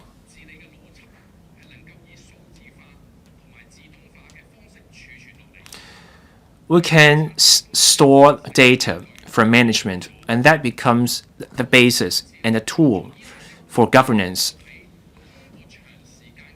We used to rely on experience from people trained over a long period of time. The training is costly and time-consuming, and the governance experience cannot be passed on to new workers, and that means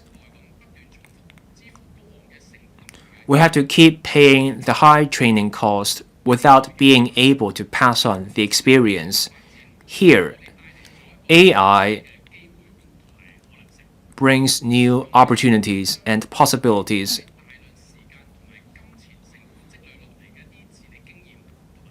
The experience we built up in experience through lengthy and costly training can now be passed on, and that can aid government decision-making, and that will boost government efficiency.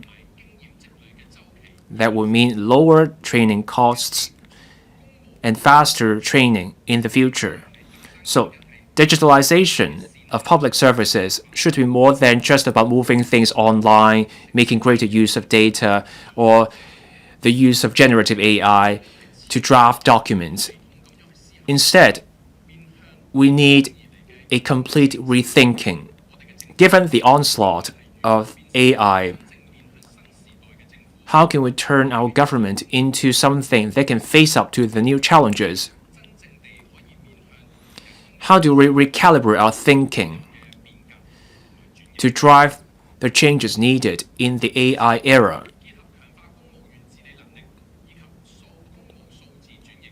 So, in terms of going digital with public services and the management capabilities of the civil servants, we need to consult widely. And let's consider how different elements we should be bold in trying things out so that we can set an example with this government in the AI era by being at the forefront. Everyone starts in the same spot. The early mover in testing things out will win in the next competition. Now, I turn to low-carbon development. This is a key topic of our era, and that brings huge opportunities.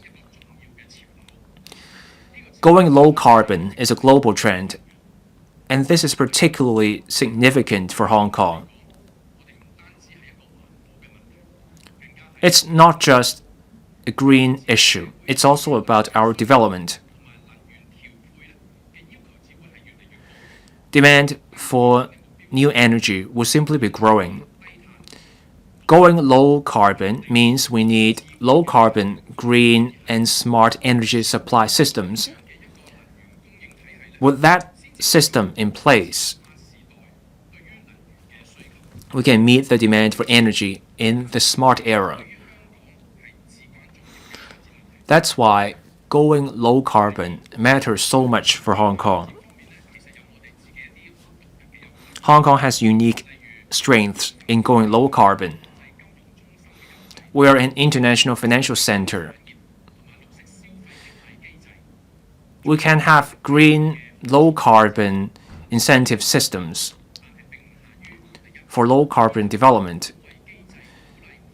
We can have an inclusive low carbon campaign open to everyone, and we can also set up carbon accreditation and carbon trading, carbon finance, carbon asset management, and carbon trading.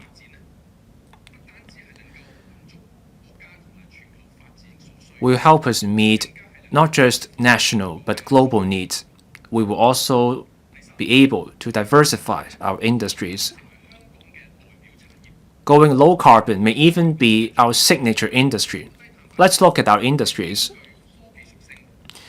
Going low carbon involves technology, people's well-being, and it involves cash flow. Hong Kong has the edge of this industry cluster in the GBA. We have what it takes to turn low-carbon industries into a strategic industry. So, in terms of the prospect, a holistic view of the matter shows the low-carbon industry has the potential to become a strategic industry, and that can help us diversify our industries.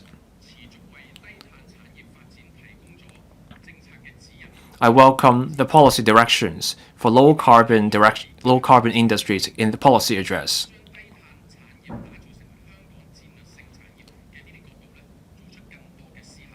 We should come up with more ideas about turning low-carbon industries into strategic industries with geopolitical complexities, uncertainties, changes unseen in a century. We should embrace changes.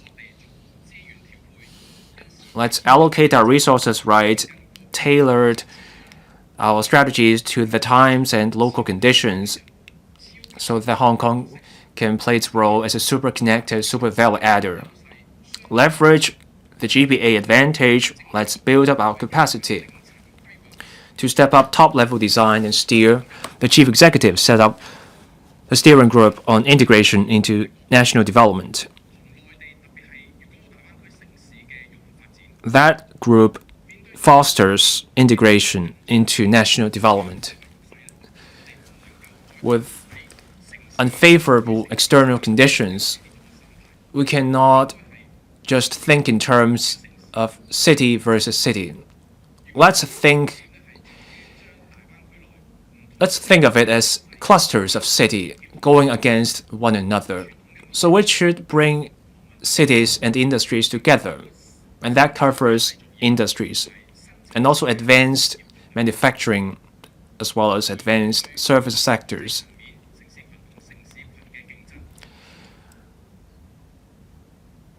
City clusters compete with each other, and we should start this new chapter for our country. I so submit. Mr. Chen Kim-po. Thank you, President. The West is trying to hold us down, and we're in transition. That calls for reforms. The new policy address has taken on board suggestions from the community, including political parties. New ideas are proposed on a range of areas. It's about change and reform. That will help Hong Kong better confront or face up to the challenges of the moment. Many measures are proposed to benefit the people. Finance has been our pillar. Global competition is getting fiercer. Getting a new edge in finance matters. There are many measures under the PA about finance. Those steps will cement our status as an international financial center. Let's look at the global complexities. In that context, we have a stable and secure environment. We have potential. The PA proposes a gold trading center and a commodity trading ecosystem so that we can store spot gold here, and we can also do settlement and trading of gold. Commodity includes minerals, and that takes up more than half of the global shipping trade volume. The government also proposes ways about tax breaks to attract businesses. Alongside setting up this ecosystem that will cement our status as a financial center, more industries will benefit, insurance being one of them. And that will be a growth point in Hong Kong. We will deepen mutual access mechanisms that will bring capital from far and wide to Hong Kong. The bond and stock markets will benefit. We will also shore up the offshore RMB business in terms of collateral and other areas. There will be more investment products denominated in RMB, and that will cement Hong Kong's role as a wealth management center. We will also attract more overseas businesses to set up headquarters here so that we can pursue a headquarters economy. This will foster the flow of capital northwards and southwards. More capital will come here, and we will become a more competitive financial center. On shipping, we are a busy and highly efficient port. We rank 4th in terms of the global shipping center ranking. The PA proposes getting major marine insurers here, and there will be measures on risk management. We want to pursue high value-added shipping services. This shows the government has the resolve to turn Hong Kong into a shipping center. Hong Kong is popular for ship registration. We have 2,500 ships that are ocean-going vessels, more than 100 tons, and then in China we have more than 8,000 altogether. That's more than 10,000. But the ship insurance mostly happens in Europe and the US. We have yet to have a well-established scene for marine insurers. Given geopolitics, many businesses worry about sanctions. and the payout. That makes the development of marine insurance here all the more important. Let's not overlook the potential. Demand for such insurance will keep growing. The insurance sector welcomes the government's initiative to step up training for practitioners in the insurance industry so as to meet future challenges and support the robust development of insurance in the future. The Insurance Authority next year will conduct a review on capital requirement of insurers so as to enrich asset distribution of the insurers in order to drive the development of northern metropolis. Insurers should be encouraged to diversify their investment, making use of the capital they have so as to drive the economic development in Hong Kong. In calculating the capital adequacy ratio, the government has some bond issuance programs, and if the total assets can be taken into account in these exercises, together with concessionary arrangements, insurance companies will be incentivized to buy government bonds. This can help drive infrastructure development and ensure the security of assets of insurers. On different occasions, I emphasized the need to help our fund companies grow. The government should give it a thought. Some major institutions and banks have not been providing analytical reports of Hong Kong stocks for some time because of geopolitical tensions. In the long run, we need to help the fund companies grow. We can follow Singapore, for example. For local fund companies of scale, a certain portion of subsidies is provided for the training of talents. That happens in Singapore. After nurturing talents, they'll be able to establish local fund companies. That should also be, these teams can provide in-depth analysis of stocks in the Hong Kong market so as to enhance the professionalism of the teams for the fund managers to make informed choices. Tax concessions and other support measures should be put in place to support them. Now, I'd like to turn to people's livelihood. Housing is the top priority of this government. It relates to people's livelihoods. The policy address has rolled out measures to respond to the needs of the public for white farmers below the age of 40 and singleton applicants, as well as those who have failed in the previous allocation exercises. They'll be given an extra opportunity in the balloting exercise. This can help cultivate the sense of belonging among the young people. There are also measures to combat the abuse of public rental housing tenancy. And for those aspiring to own a home, there are also measures to support them to get on the housing ladder. All these measures will boost the property market, the housing market in a whole. And I'm glad to learn that the basic housing unit measure will be put in place. There will be a minimum size requirement of 8 square meters, so that we can eradicate substandard subdivided units. It shows the government's resolve in improving the living conditions of those living in subdivided units. The government has also shown resolve in conducting healthcare reforms. A review is conducted to consider the positioning of the public-private healthcare systems, and there will also be reforms on the public healthcare system. There will also be the third medical school to groom local medical talents to meet the long-term manpower needs and alleviate the city's pressure brought about by an aging population.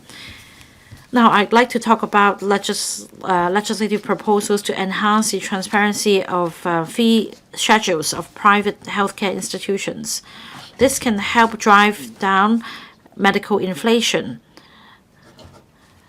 It is a common scene that we see double-digit medical inflation. In Hong Kong, we are 20–30% higher in terms of medical fees charged compared to other jurisdictions. Now, same for medical insurance. If the premium goes up by double-digit every year, then it will be beyond the affordability of our older people. Standard schedule of fees should be put in place. There should also be measures to tackle abuse of in medical insurance. Only by taking the two-pronged approach can we encourage members of the public with means to go for the private healthcare instead and address the problem of long queues for public medical services. There are also other areas and measures in the policy addressed to improve people's livelihood. This government is visionary. It understands that only by improving people's livelihood would we be able to gradually improve the sentiment and outlook in Hong Kong. I hope that the government can quicken its pace so that these initiatives can be implemented with precision to create a better future for Hong Kong. Mr. Duncan Chiu. The third plenary session of the 20th CPC Central Committee lays down directions for high-quality development of the country. It also sets out directions to improve people's livelihood and build a better future for Hong Kong in the future. We need to safeguard national security so as to create a stable environment for our people in order to take forward development. Now, in March this year, the government completed the legislation on Article 23 so as to build a whole ecosystem to safeguard national security along with the national security law. It is conducive to safeguarding national security as well as protecting the interests of incoming investors. Now, cybersecurity is a major concern for many countries, and they have put in place relevant legal frameworks and regulations to protect the critical infrastructure. Mainland Australia, Singapore, UK, US, Macau have all enacted legislation in this regard. In this year's policy address, the government provides that legislation will be put in place to spell out the responsibility of critical infrastructure operators to safeguard the security of the systems. A bill will be tabled into the council soon. According to the Security Bureau, 1 year after passage of the bill, a dedicated office will be set up. And code of practice applicable to the respective sectors will be set up, will be drawn up with the stakeholders. Now, I've been expressing concerns about the relevant legislation. I support this legislative exercise. While safeguarding cybersecurity, the government should also consider the actual operational needs of the various platforms so that the operators won't be inadvertently caught by the law. According to the sector, the government should not only have regard to the size of establishments, but also the number of users. The government should make reference to other jurisdictions. Some telecom companies may not have a lot of employees, but they're in possession of abundant user data. So the government should consider regulating these operators as well. Electronic payment is also common nowadays. The operators should also be put in the regulatory framework. At the same time, the government should provide financial and technical support to the operators in order to reduce their compliance burden. Mr. Chia Baolong, director of the Hong Kong and Macau office, has said that we need to seek and embrace changes and embrace the development opportunities. Days ago, when Mr. Shah met business leaders, he emphasized that the business leaders should base their business in Hong Kong in order to thrive, and they should also be innovative.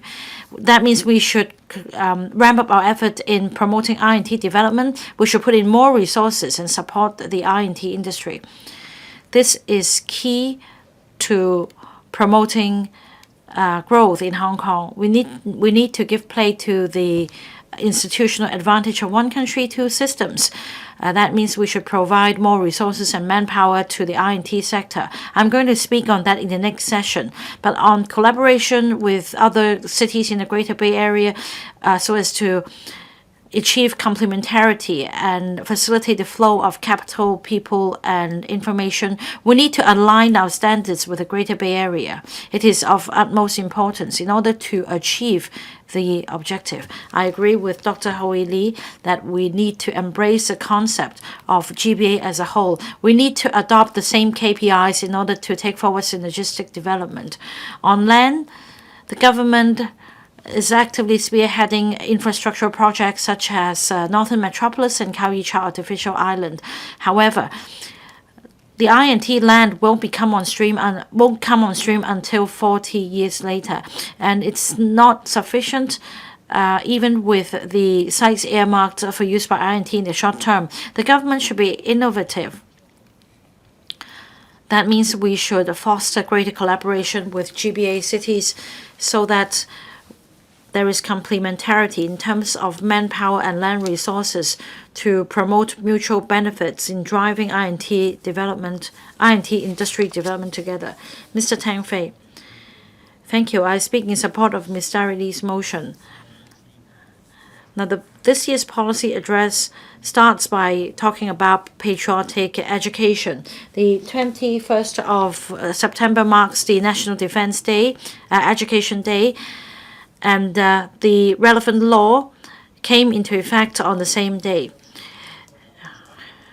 We have the National National Education Day on the 15th of April in Hong Kong, and with publicity and promotion efforts made by the government, people are now familiar with this special day, but very rarely do we hear about National Defense Day.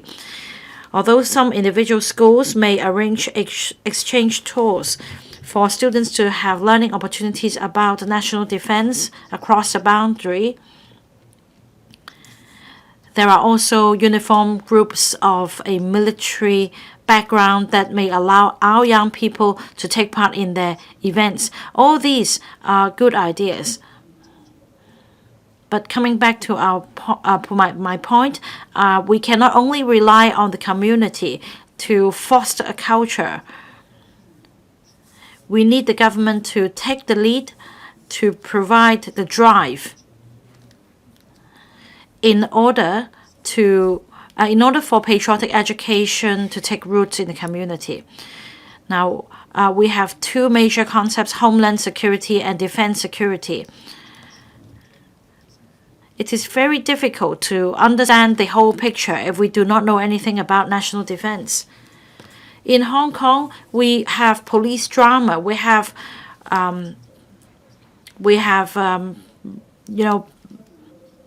criminals and the police, but that's all.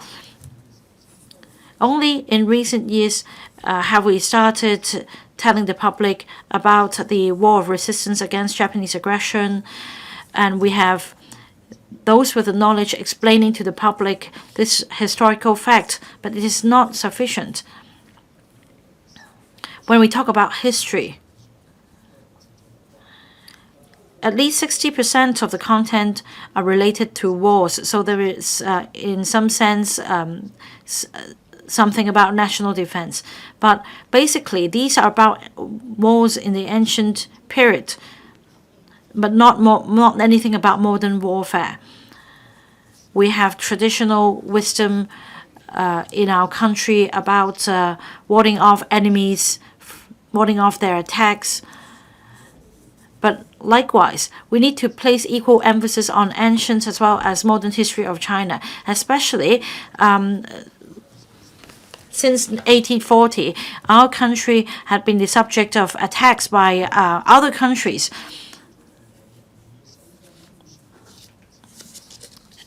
And we eventually warded off enemies and rose from the attacks by other countries. Like this famous general said, well, if you own the weapon, you'll be able to own that country, but it's no longer the case nowadays. Be it national education or the concepts such as homeland security and defense security, we need to further promote national defense education. That means we need to be comprehensive. Now, national defense education relates to military training, but this is not sufficient. We need to include 2 more areas. That is about military history and military knowledge. Next year marks the 80th anniversary of the victory of the War of Resistance, so this will form a very important element. We need to educate young people about how our military troops sacrifice themselves to safeguard our homes.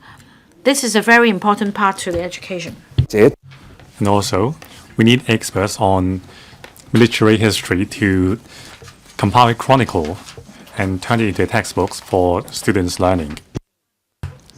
We should encourage the organization of more diversified national defense quiz competitions to create an ambience among the youth. We need to nurture a passion to learn national defense. We should also encourage overseas exchange activities with national defense as its theme. Now, as an official in the central government said, our national defense is for everyone. We need to broaden our patriotic education to other realms like national defense education. Dr. Lo Wai-kwok, Deputy President, I thank the Deputy President as the Chairman of the House Committee for moving this motion of thanks.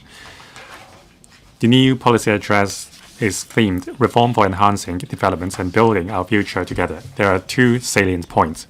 One is to comprehensively implementing the spirits of the 3rd plenum of the 20th Central Committee meeting to tap the national developments and bring about development in Hong Kong, and also to reinvigorate the economy to bring about real and tangible benefits to people and show people's hope and boost confidence in Hong Kong.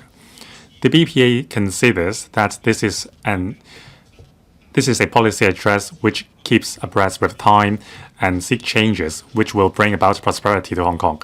Director Xia Baolong of the HAMAO of the State Council called a meeting on the 8th of November in Shenzhen with the business sector in Hong Kong. Director Xia said the business and industrial sector are the mainstay in promoting development in Hong Kong. They must conduct an in-depth learning of the spirits of the reply letter from President Xi to the Ningbo businessmen in Hong Kong. We must take real actions to show that we have a clear interpretation on what does it mean by loving the country in Hong Kong and seek changes and reforms proactively. We must consolidate our inherent strengths and actively explore new models of industry and economy and nurture new growth engines so as to contribute to people's well-being. We must actively dovetail with national strategies and promote better integration with the country's blueprint. To the world, we must tell a good story of Hong Kong and maintain our image. From chaos to stability to prosperity, we are at a critical juncture. The seminar and Director Xia's speech were of utmost importance. We are faced with changes unseen in a century. The geopolitical landscape is treacherous. There is the rise of trade protectionism. The presidential election results in the U.S. added to the uncertainties in global political scene. Director Xia's speech focus on the spirit of the third plenum. It highlights our strengths in the country's national development blueprint. We share a key responsibility in contributing to the growth of the country. Now, on how we can stay principled and remain flexible and innovative in meeting with the challenges ahead, the speech was inspirational. Deputy President, over the past few decades, we have seen much developments in terms of housing, elderly care, and healthcare, but there are a lot of deep-rooted issues. It explained why, in this critical juncture, that we must seek reforms and changes actively. The BPA represents the business sector and professionals in Hong Kong. We have been putting forward our suggestions to the government. Now, the BPA urges the government to be pragmatic and develop the economy at full force. The policy address aligns with our vision. Now, we have put forward some 147 recommendations. Some 97 were adopted by the government, including measures to develop I&T industry, allowing investors, immigrants to meet the threshold by investing in property, as well as enriching the housing ladder for young people and reducing duty rates for liquor. Now, there will be 4 working groups and commissions chaired by deputy secretaries or secretaries, including the Committees on Education, Technology and Talents, Working Group on Developing Low Altitude Economy, Working Group on Developing Tourist Hotspots, and Working Group on Promoting Silver Economy. These working groups and committees will enhance high-level steering and enhance the governance efficiency of the government. The BPA applauds and supports the direction of reform. Deputy President, we are at a critical juncture from stability to prosperity. All sectors in Hong Kong should focus our energy on pursuing economic growth. The reform measures in the policy address will help industries break through development bottlenecks and promote Hong Kong and steer Hong Kong on the path of diversification of the economy. It will enhance our competitiveness and boost confidence in Hong Kong. It will bring people and money to our economy. The policy address has responded to the professional sector. The third Indo-Hong Kong cluster will be developed. It will focus on the development of renewable materials and energies. Also, the Hong Kong New Industrialization Alliance would be established, promoting collaboration between the government, the industry, and R&D sector. It will prove essential in providing new directions for our development. Now, the third runway system will be commissioned on the 28th this month. It is expected the carrying capacity for passengers and goods will be enhanced by 60%. We will be able to deal with 120 million visitors per year and 10 million tons of goods. I declare interest. I'm a board member of the AA, and I'm also the chairman of the working group on the third runway system under the AA. The commissioning of the third runway system can bolster our position as a super value adder and super connector. In the past, through various channels, I have been calling for the government to promote cross-boundary infrastructure connectivity. We must give play to our outward-facing, external-facing infrastructure, for example, the Hong Kong section of the Hong Kong-Shanghai-Macau Bridge, the International Cruise Terminal, and the airports, to enhance our connectivity through sea, land, and air. And also, we should establish a steering group to coordinate the resources utilization of cross-boundary infrastructure with the GBA mainland cities so that we can connect with the high-speed railway system in the country. Then we will have a comprehensive transportation network, which will in turn bolster our position as an international transportation center. Now, there are 8 measures to support SMEs. The HKMA and the banking sector have announced 5 measures, including relaxing the credit facility of the banking sector and set aside more than $370 billion in supporting SMEs, launching transitional loan products to help SMEs transition. The BPA has been very concerned about the difficulties faced by the SMEs in terms of transitioning.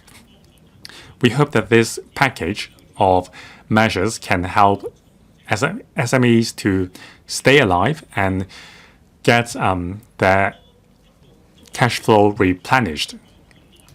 Northern Metropolis will be our new growth engine. We welcome the government's proposal to identify 3 parcels of lands to pilot the use of large-scale land disposal model. And also there will be a new collaboration model with the private sector to speed up the development. Now concerning I&T land use purposes, we support providing more concessionary measures, for example, waiving premiums and also reducing the land lease so as to enhance the ecosystem in the Northern Metropolis. Now, the Northern Metropolis development will be an infrastructure-led approach. It will be led by the industries. It is correct, but we need more specific measures to deal with the bottlenecks. On various platforms, I have reflected to the governments that a lot of brownfield site operators are feeling very helpless amidst the government's land resumption campaign. Now, there are lots of operators in the construction material storage business who are going to be phased out. Now, the government said that by the reclamation in Longgutan, there will be some new sites for these operations, but that is too far away and too late. The survival matter is immediate. I hope the government can continue to adopt an open mind in its negotiation with the trade and adopt innovative mindsets to take heed of the brownfield site operators' suggestions so that the peripheral sites of green belts can be used for accommodating the operation of the brownfield site operators. Now, the river trade terminal at Tuen Mun should be used for this purpose as well, so that the location is convenient. The government is dedicated to improving grassroots people's livelihood and living environments. Our suggestion was accepted to improve the housing ladder. Now, the well-off tenants policy would be adjusted, and also the ratio of public and private housing and public and subsidized housing would be adjusted. And also there will be a basic housing unit system to ensure that the subdivided units become on standard. We hope that this will be carried out efficiently and in a phased manner. There should be transitional measures. Otherwise, some residents will return to the subdivided unit housing markets without being allocated a public housing unit. Now, we need to improve these housing units to create better social coherence. Now, in terms of redevelopment of outdated or dilapidated public housing estates, besides Wafu estates and Choi Hong estates, there should be a plan for other old housing estates as well. Private property developers should be invited to participate in these redevelopment projects. For example, some public housing estates can be redeveloped into public housing estates with private involvement. Now, we are pleased to see that there is a committee on education, technology, and talents chaired by the CS4A.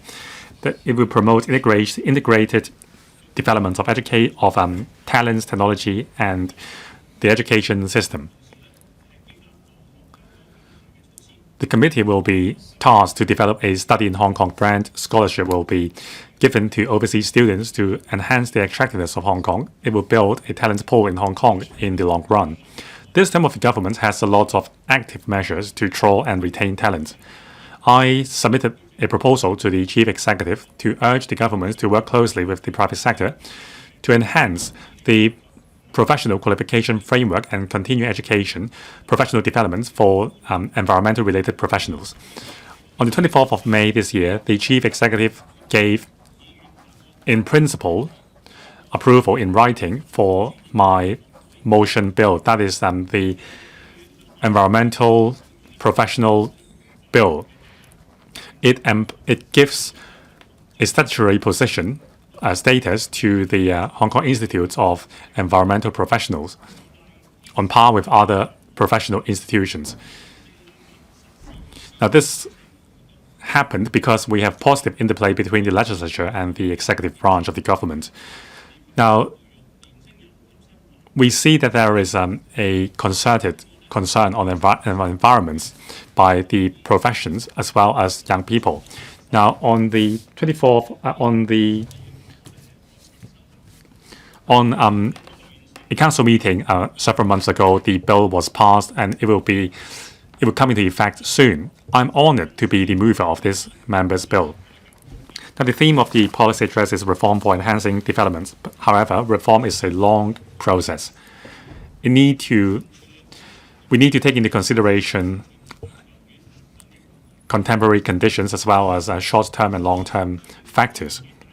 I believe that with the leadership of the government and the unity in society, we can implement the spirits of the third plenum and pursue developments in Hong Kong. It will speed up the process of Hong Kong's emergence from chaos to stability to prosperity.